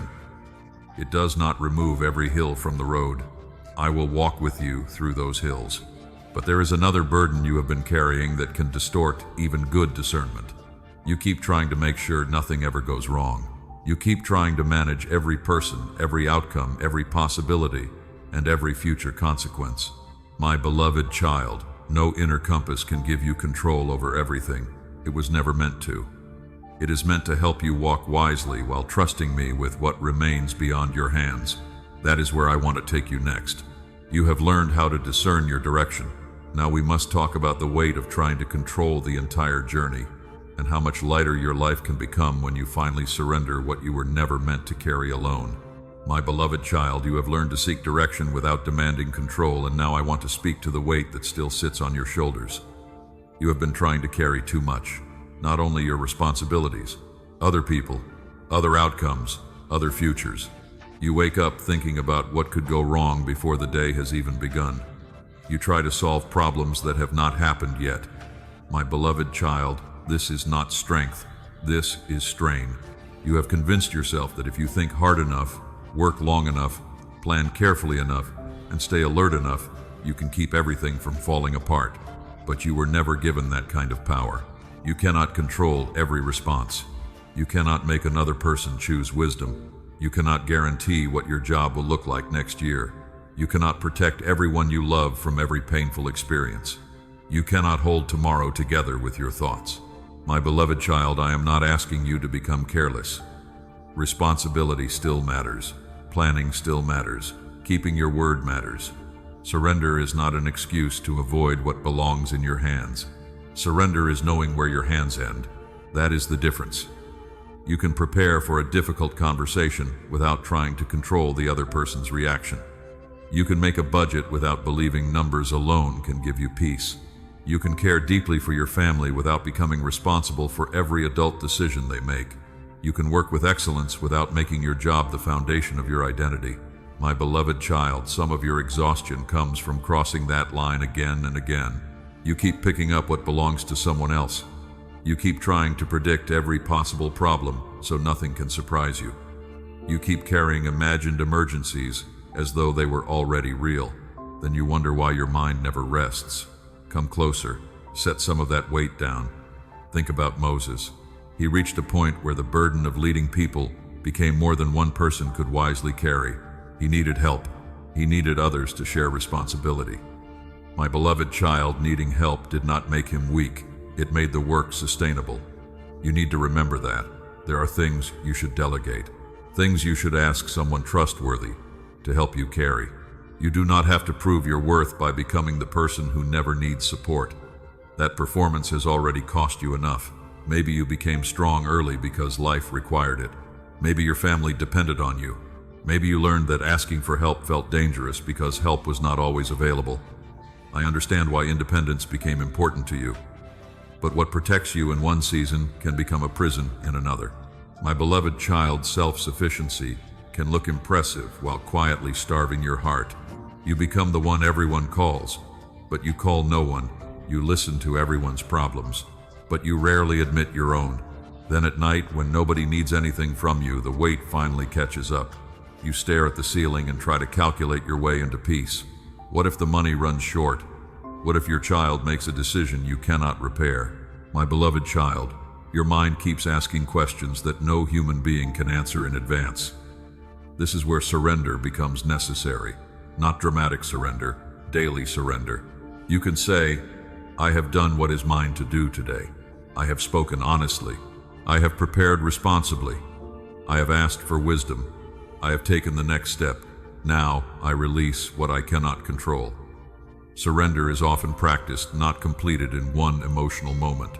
My beloved child, surrender may feel uncomfortable because control has often been your way of calming fear. When you stop managing every possibility, your mind may protest. Let that discomfort pass without rushing back to old habits. You are learning that uncertainty can exist without becoming an emergency, and that peace does not require complete knowledge. Paul learned that strength does not always mean removing weakness. He wrote about discovering that grace could meet him inside limitation. My beloved child, let that free you from the belief that you must become invulnerable before you can live well. You can be uncertain and still faithful. You can feel weak and still make a wise choice. You can need help and still be responsible. You can say, I do not know, without losing your dignity. Humility makes room for reality, and reality is lighter than pretending. I also want you to notice how often control hides inside good intentions. You say, I am only trying to help. But are you helping, or are you preventing someone from carrying their own responsibility? You say, I am only staying informed. But are you informed, or are you feeding anxiety with constant updates? My beloved child, examine the fruit. Healthy preparation eventually allows you to act and then rest.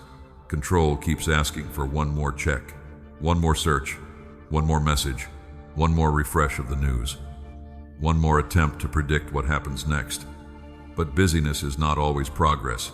Sometimes it is fear refusing to sit down. I want you to practice releasing one burden today. Choose something specific. Maybe you need to stop checking whether someone has replied. Maybe you need to let an adult child make a decision without calling 5 times to manage the outcome. Maybe you need to close the work laptop and trust that tomorrow can hold tomorrow's tasks. Maybe you need to admit that your body is tired and rest before solving another problem. My beloved child, surrender becomes real when it changes behavior. It may mean not sending the second message, not reopening the spreadsheet tonight, not checking the door you already closed, not researching the same fear for another hour. Let yourself stop, breathe. You are allowed to finish the day without finishing the future. Jesus told tired people to come to him and learn a lighter way of carrying life. He did not say there would be no responsibility. He offered a different relationship to the burden. My beloved child, that is what I want for you. Carry what is yours with faithfulness. Release what is not. Plan without worshiping the plan. Love without controlling. Work without making performance your identity. Prepare without living inside imagined disaster. And when uncertainty remains, let it remain without forcing an answer tonight. You do not have to know everything to be safe enough for this moment. You do not have to control tomorrow to live today with wisdom. But I want you to notice something before we move on. When control becomes uncomfortable, you often reach for information. You check your phone, you search again, you refresh the screen, you read another opinion. You fill the silence with updates because not knowing feels unbearable. My beloved child, that habit can quietly take back the peace you just released. So next, I want to help you reclaim your attention from the digital noise that keeps feeding the illusion that one more piece of information will finally make you feel in control. My beloved child, you have begun releasing the weight you cannot control, but I want you to notice what your hands reach for the moment. Uncertainty becomes uncomfortable. The phone, the screen, the next update, the next opinion, the next search. You tell yourself you are only checking for a moment, but one moment becomes another, then another, until your mind is full again and the peace you were trying to protect has quietly slipped away. My beloved child, technology is not your enemy. A phone can help you work, connect, learn, create, and stay informed. The problem begins when a useful tool becomes the first voice you hear every morning and the last voice you hear every night. You wake up and reach for the screen before you have even noticed how you feel. Before prayer, before silence, before your feet touch the floor, other people have already entered your mind. Headlines tell you what to fear. Images tell you what your life should look like. Comments tell you what everyone is angry about. Advertisements tell you what you still need. And without realizing it, you begin your day reacting to a world you have not even stepped into yet. My beloved child, Attention is precious because what repeatedly receives your attention eventually shapes your inner life. If you feed your mind constant comparison, do not be surprised when contentment becomes harder. If you feed it outrage, do not be surprised when patience becomes thin. If you feed it endless urgency, do not be surprised when stillness starts feeling unsafe. If you feed it other people's lives all day, do not be surprised when your own life begins to feel strangely small. This is not about fear, it is about stewardship. Your attention has limits. Your nervous system has limits. Your mind cannot receive everything and remain clear. That is why I am asking you to guard what enters, not because every video is bad, not because every headline is false, not because entertainment is sinful, because even good things can become too much when they leave no room for what matters most. My beloved child, you have sometimes said, I do not have time to pray, but you have found time to scroll without deciding to. You have said, I am too tired to think. Then you spend another hour consuming information that leaves you more tired. You have said, I need to relax. But the thing you call relaxation keeps your mind stimulated until sleep becomes harder. Be honest about the fruit. Does this restore you, or does it keep you occupied? Those are not the same. You do not need to remove every screen from your life. You need to become intentional again. Choose when you will use the tool instead of letting the tool choose when it will use your attention. My beloved child, begin with the morning. Give yourself a small space before the world speaks. Do not make the first movement of your day a reach for everyone else's urgency. Sit up. Breathe. Notice the room. Drink water. Open the curtains. Offer me a simple prayer. You do not need a long speech. You can say, My Father, help me carry only what belongs to today. That small beginning can change the tone of the whole morning. Jesus often stepped away from crowds to pray. He was surrounded by real needs, real people, and real demands, yet he still withdrew. My beloved child, if he made room for quiet in the middle of urgent work, you can make room too. Withdrawal is not always avoidance. Sometimes it is how you return with a clearer mind. You may need practical boundaries. Turn off notifications that do not deserve immediate access. Move distracting apps away from the first screen you see. Keep the phone out of reach during prayer meals or important conversations. Choose a time when the news is enough for the day. Stop checking the same situation every few minutes when nothing useful can be done yet. My beloved child, a boundary with technology is still a boundary. It teaches your mind that every signal does not deserve a response, and be careful with comparison. You are watching carefully edited moments from people whose full lives you do not know. You see the promotion, not the years of uncertainty. Then you compare their visible moment with your private struggle. That comparison is unfair to you. My beloved child, return to your own assignment. What needs your attention here? Your health, your family, your work, your prayer, your unfinished responsibility, your actual relationships, your actual room, your actual day. You do not have to carry everyone else's life in your pocket. There is also noise that looks spiritual. You can consume sermon after sermon, message after message, prophecy after prophecy, and still avoid the one simple thing you already know you need to do. More spiritual content is not always more spiritual maturity. At some point, truth must become practice. My beloved child, do not use endless listening to avoid living. If you already know you need to apologize, another video will not replace the apology. If you already know you need rest, another message will not replace sleep. If you already know a boundary is needed, another opinion will not hold it for you. Let content serve obedience, not postpone it. And when you feel the urge to check again, pause. Ask what you are hoping the screen will give you. Certainty, reassurance, distraction, validation, escape. Name it. Then decide whether the screen can truly provide what you are asking from it. Sometimes what you need is not another update. You need to breathe. You need to pray. You need to talk to someone real. You need to finish the task in front of you. You need to go outside.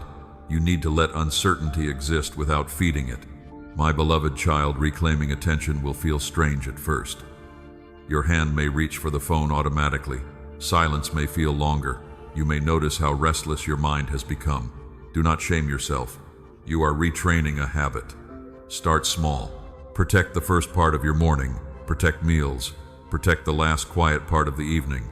Create places where your mind is allowed to be, in one place at a time.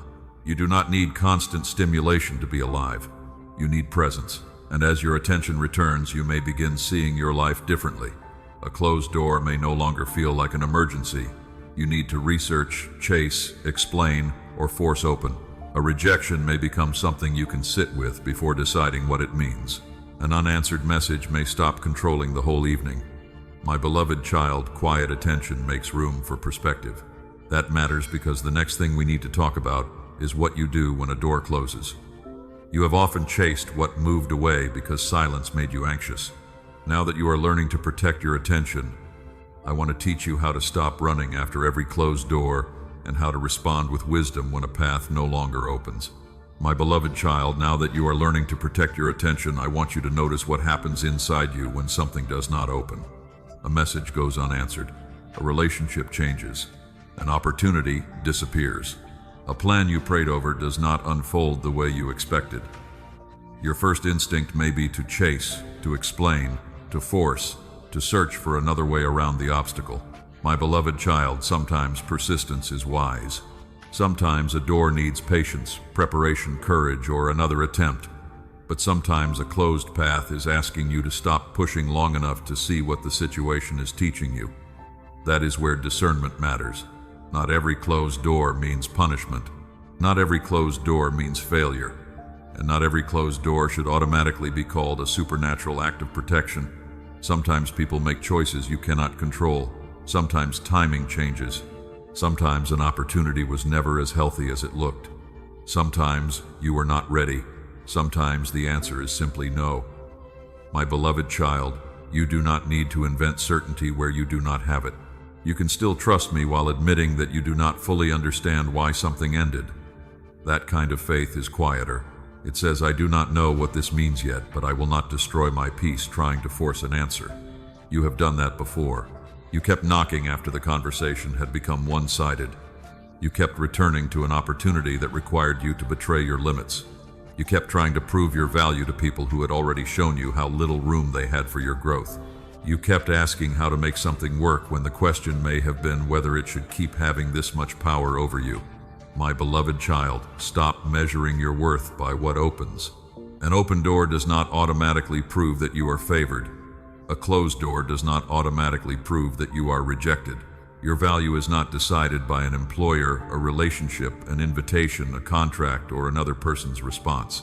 Let your identity remain steadier than the door.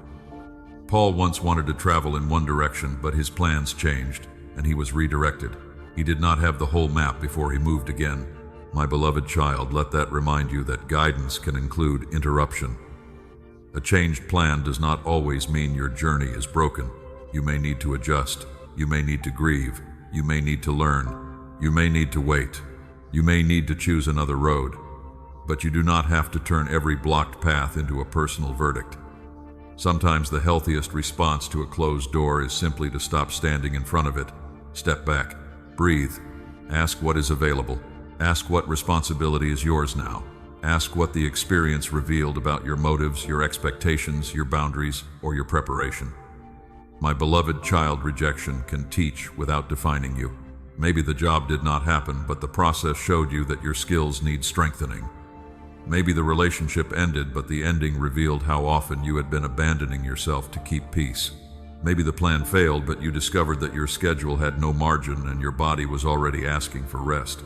Maybe someone said no, and their no clarified a truth you had been avoiding.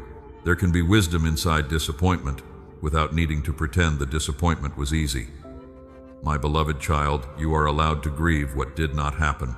Faith does not require you to smile at every loss. You can say, I wanted that. I hoped it would work. I am disappointed. I do not understand. Those are honest prayers. Bring them to me. Do not turn grief into obsession. Do not keep checking the door every hour to see whether it changed its mind. Do not let one rejection become the center of your identity. Do not spend months mentally negotiating with an outcome that is no longer yours to control. My beloved child, acceptance is not the same as giving up on life. Acceptance means you stop fighting reality long enough to choose wisely within it. If the door reopens later in a healthy way, you can discern it then. But you do not need to keep your whole life frozen beside it. There are other responsibilities in front of you. There are people who need your presence. There is work that deserves your attention. There is rest your body still needs. There are prayers that are not about the door you lost. My beloved child, do not let one closed path make you blind to everything that remains. And be careful when disappointment turns into self-blame. You start asking, what is wrong with me? Why was I not enough? Why did everyone else move forward while I stayed here? My beloved child, comparison will make a closed door hurt twice. First, you lose what you wanted. Then you use someone else's life as evidence that you are behind. Stop doing that to yourself. Another person's timing is not a measurement of your worth. Another person's open door is not proof that yours should have opened too. Stay with your own life. Learn what this moment is asking from you. Sometimes it asks for persistence. Sometimes it asks for release. Sometimes it asks for preparation. Sometimes it asks for patience. Discernment is knowing the difference. How do you know? Look at the fruit. Look at reality. Look at what repeated attempts are costing you. Seek wise counsel. Pray without demanding a predetermined answer. Ask whether persistence is producing healthy movement or only exhaustion. Ask whether you are pursuing the opportunity or trying to repair your pride. Ask whether reopening the relationship would require real change or only another promise. My beloved child, trust does not mean becoming passive. You can knock where wisdom says knock. You can appeal a decision. You can try again. You can improve your skills. You can apologize. You can repair what is yours to repair. But when you have done what is responsible, you must let the outcome remain outside your control. That is where peace returns. You stop fighting every no as though your future depends on changing it. You stop forcing access where access has ended. You stop assuming that one blocked road means there is no road forward. My beloved child, sometimes a closed door simply protects your attention from being spent forever on what is no longer available. Sometimes the mercy is not knowing exactly why. It is learning that you can keep living without the answer. And that is important because when a door closes and you cannot explain it, doubt can rise. You may wonder whether I heard you. You may question your judgment. You may remember old mistakes and feel shame returning. My beloved child, that is where we are going next. You have learned not to chase every closed door. Now I want to meet you in the questions that remain afterward, so doubt and shame do not push you away from grace. My beloved child, you have learned not to chase every closed door, but I know what can happen after the door stays closed and the room becomes quiet. Questions rise. Did I hear you wrong? Did I make the wrong choice? Did you hear my prayer? Why did this happen? What if nothing changes, my beloved child? I am not afraid of those questions. You do not have to hide them from me. Doubt does not make you unlovable. Confusion does not make you disloyal. A tired heart can still be a faithful heart. You may lie awake at night and look at the ceiling while your mind moves through everything you cannot control. The medical test, the bill you do not know how to pay, the child you cannot protect from every mistake, the relationship that still hurts, the job that feels uncertain, the prayer that has not been answered the way you hoped. My beloved child, when fear grows in the dark, do not turn your questions into shame. Bring them to me. Say what you are actually thinking. I am scared. I do not understand. I thought this would be different. I am disappointed. I feel alone. I do not know what to do next. Those words do not push me away. Honest prayer is still prayer. Thomas had questions after hearing that Jesus was alive. He struggled to believe what others were telling him. Yet Jesus did not respond by erasing him from the circle. He met him in the place where certainty had become difficult. My beloved child, let that remind you that faith is not pretending you never struggle. Faith can bring the struggle into relationship. Do not run from me because your confidence feels weak. Come closer. Remember what has carried you before, not as a guarantee that every current problem will end the same way, but as evidence that difficult seasons have not erased your entire story. You have survived days you once thought would break you. You have learned after mistakes you thought would define you.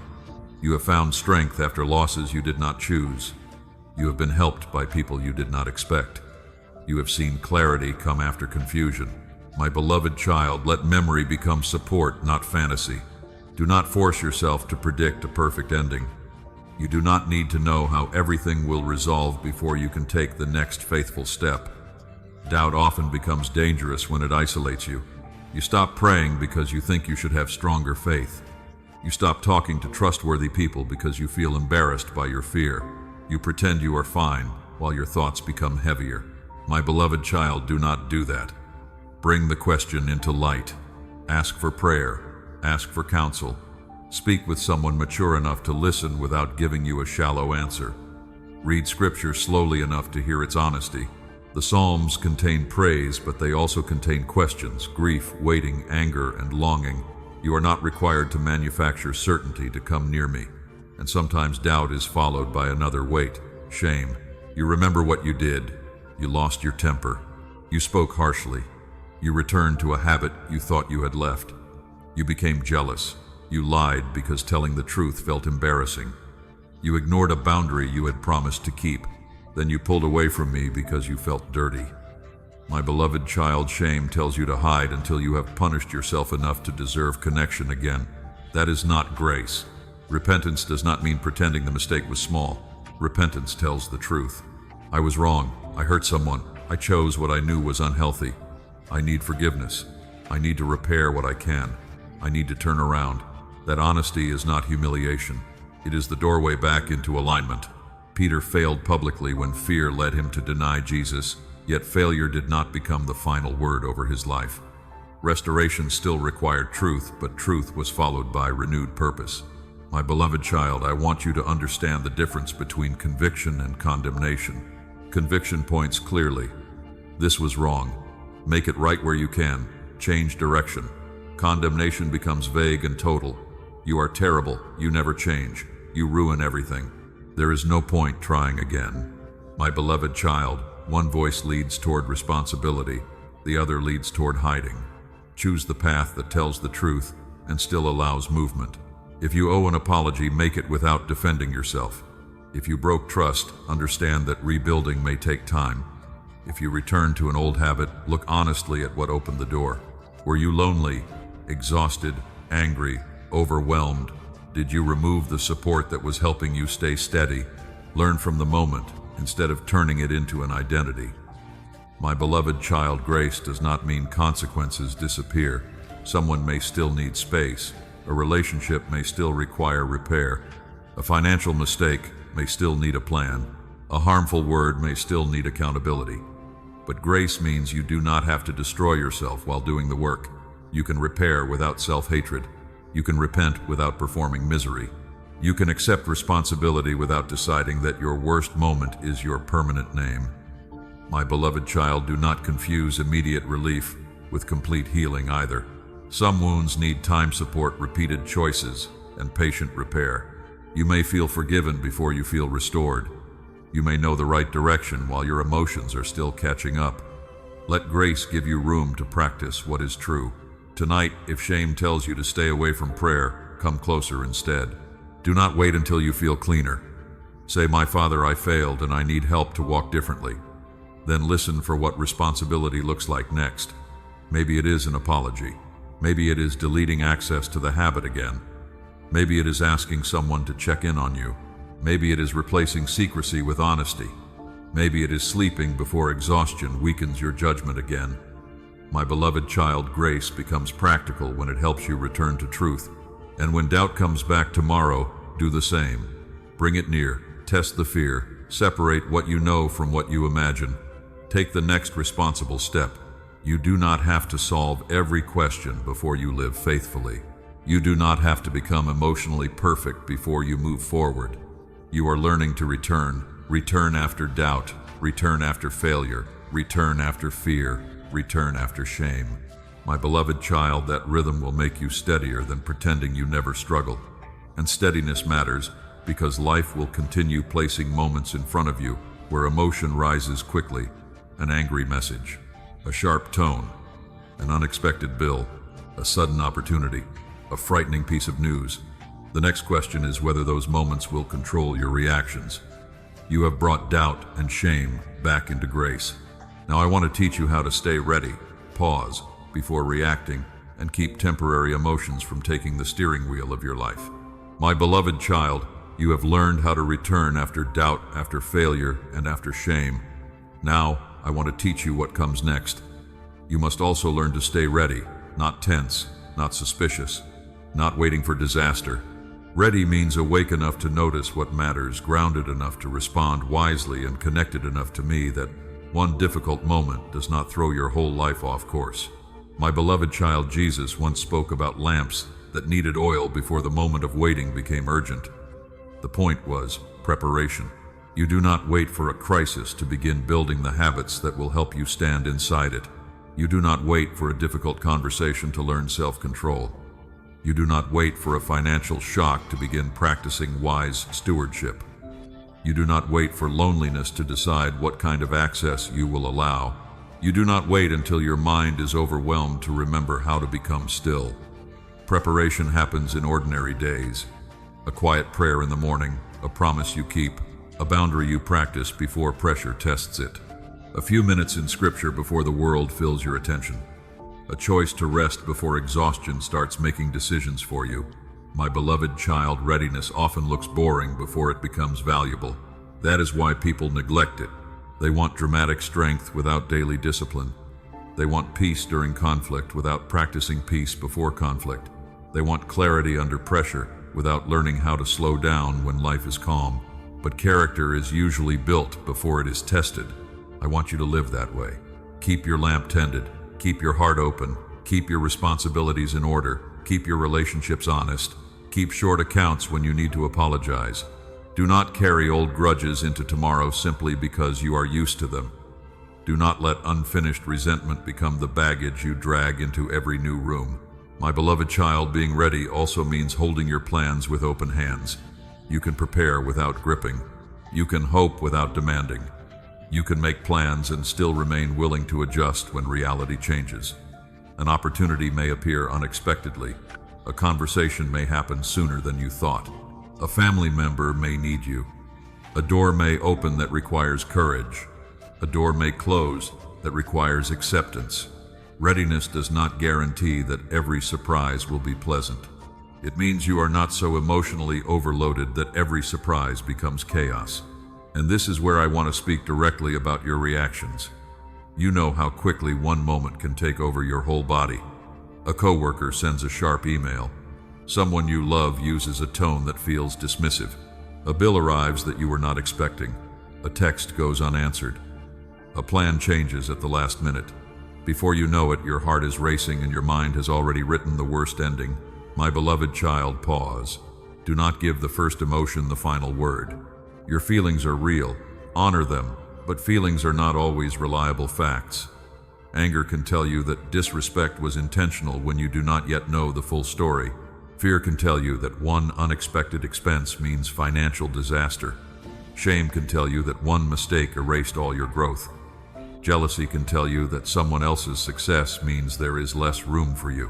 My beloved child, feel the emotion without handing it the steering wheel. James taught believers to be quick to listen, slow to speak, and slow to anger. That wisdom is deeply practical. Slow down enough to hear what actually happened. Slow down enough to ask one more question. Slow down enough to separate what was said from what you assumed. Slow down enough to let your body settle before you send the message you may regret. Sometimes the most spiritual thing you can do is wait before replying. Take a walk, drink water, breathe, pray, write the response, and do not send it yet. Sleep if the decision can wait. My beloved child, temporary emotion should not be allowed to make permanent choices whenever time gives you room to pause. You have ended conversations too quickly before. You have spoken words you wished you could gather back. You have assumed rejection where there was misunderstanding. You have let panic turn a manageable problem into a mental catastrophe. I am not reminding you of that to shame you. I am teaching you to recognize the doorway earlier. There is often a small space between what happens and what you do next. Learn to protect that space. That is where self-control grows. Ask yourself, what do I know for certain? What am I assuming? What needs to be addressed now? What can wait until I am calmer? What response will I respect tomorrow, my beloved child? Those questions can save relationships, money, energy, and regret. And remember that calm does not mean passive. You can speak firmly without exploding. You can say no without becoming cruel. You can confront dishonesty without losing your own integrity. You can defend a boundary without turning the conversation into revenge. You can walk away for a while if continuing the discussion would only make things worse. Self-control is not silence at any cost.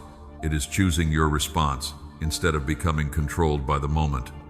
My beloved child, I also want you prepared for good things without making them your identity. If an opportunity arrives, do not rush simply because you are excited. Ask questions. Look at the cost. Consider your capacity. Talk with wise people. Pray. An open door still deserves discernment. Excitement can distort judgment just as fear can. Readiness means you can receive something new without abandoning everything you have already learned. And if the opportunity does not come, remain grounded. You are not preparing so life will reward you on demand. You are preparing because wisdom is worth living, whether the day is dramatic or ordinary. That is maturity. My beloved child, practice this tonight. Before you sleep, look at the day without attacking yourself. Where did you react too quickly? Where did you pause well? Where did fear exaggerate? Where did patience protect you? Thank me for what became clear. Repair anything that needs repair, then let the day end. Tomorrow does not need today's unfinished panic. Carry forward the lesson, not the emotional residue. My beloved child, when you learn to govern your reactions, something deeper becomes possible. You stop letting the pressure around you decide the person you become within it. You begin to stand more firmly in what is true. You become less willing to bend your values just because a room is tense. You become more capable of speaking with grace without surrendering integrity. And that is where I want to take you next. You have learned to stay ready. You have learned to pause before reaction becomes regret. Now I want to speak about what it means to stand in truth when pressure rises, and how to rekindle the spiritual fire that keeps integrity from becoming cold routine.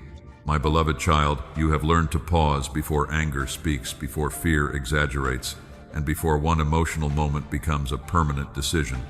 Now I want you to take the next step. Self-control is not only about what you refuse to say, it is also about what you choose to stand for. You live in a world filled with pressure to bend, pressure to laugh at what troubles your conscience, pressure to stay silent when honesty would cost you comfort, pressure to adjust your values so everyone around you remains pleased. My beloved child, I am not calling you to become harsh. I am calling you to become steady. Truth does not need cruelty to prove that it is true. Love does not need dishonesty to prove that it is loving. You need both. There will be moments when someone asks you to agree with something you cannot honestly support. There will be moments at work when a small lie would make life easier. There will be family conversations where speaking clearly may create tension. There will be situations where keeping your promise costs more than breaking it.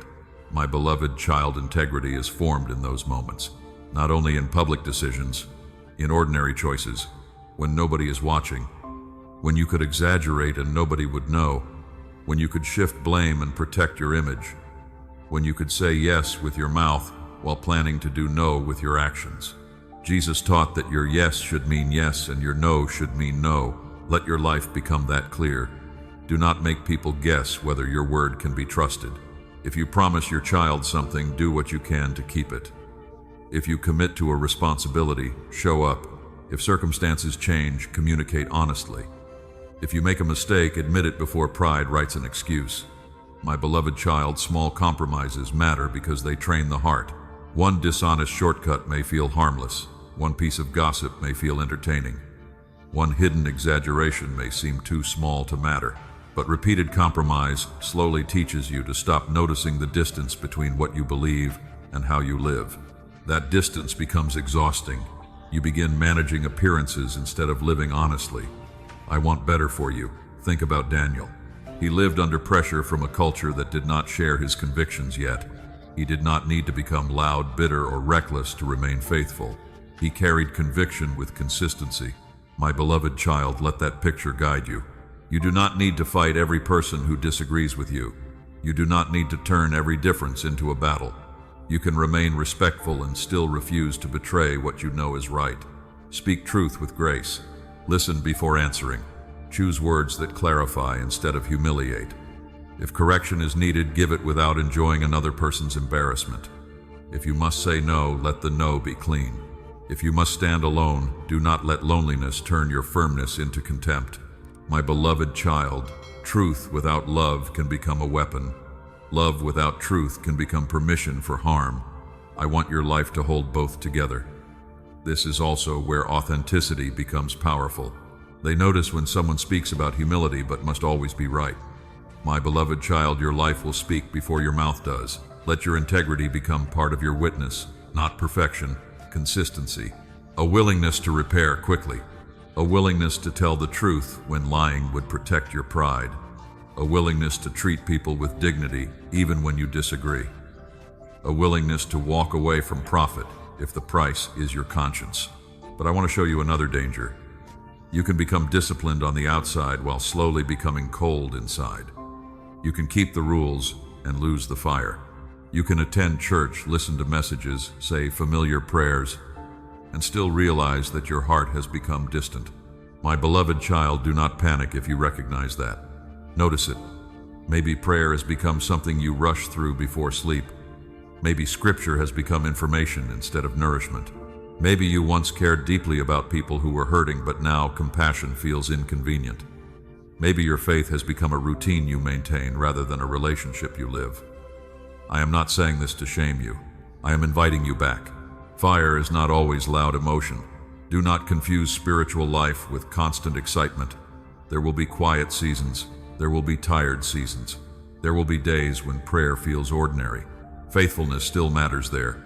But if you have stopped making room for me, if you have stopped caring about what your habits are doing to your heart, if you have become comfortable with indifference, then let this moment wake you gently. My beloved child, return before dryness becomes your normal. Begin simply. Give me your attention without performing. Open scripture and read until one truth becomes something you can practice. Pray for someone besides yourself. Notice the person at work who seems unusually quiet. Call the family member you keep meaning to check on. Serve where nobody is likely to applaud. Let compassion become movement. Jesus did not only speak about love, he stopped for people others passed by. He touched those others avoided. He washed feet. My beloved child, let devotion become practical again. Your fire grows when love becomes something you do, and your gifts matter too. You may have buried part of yourself under fatigue, disappointment, or fear. You stopped creating, stopped serving, stopped encouraging, stopped using the ability I placed in you because you assumed it was too small to matter. Do not compare your gift with someone else's platform.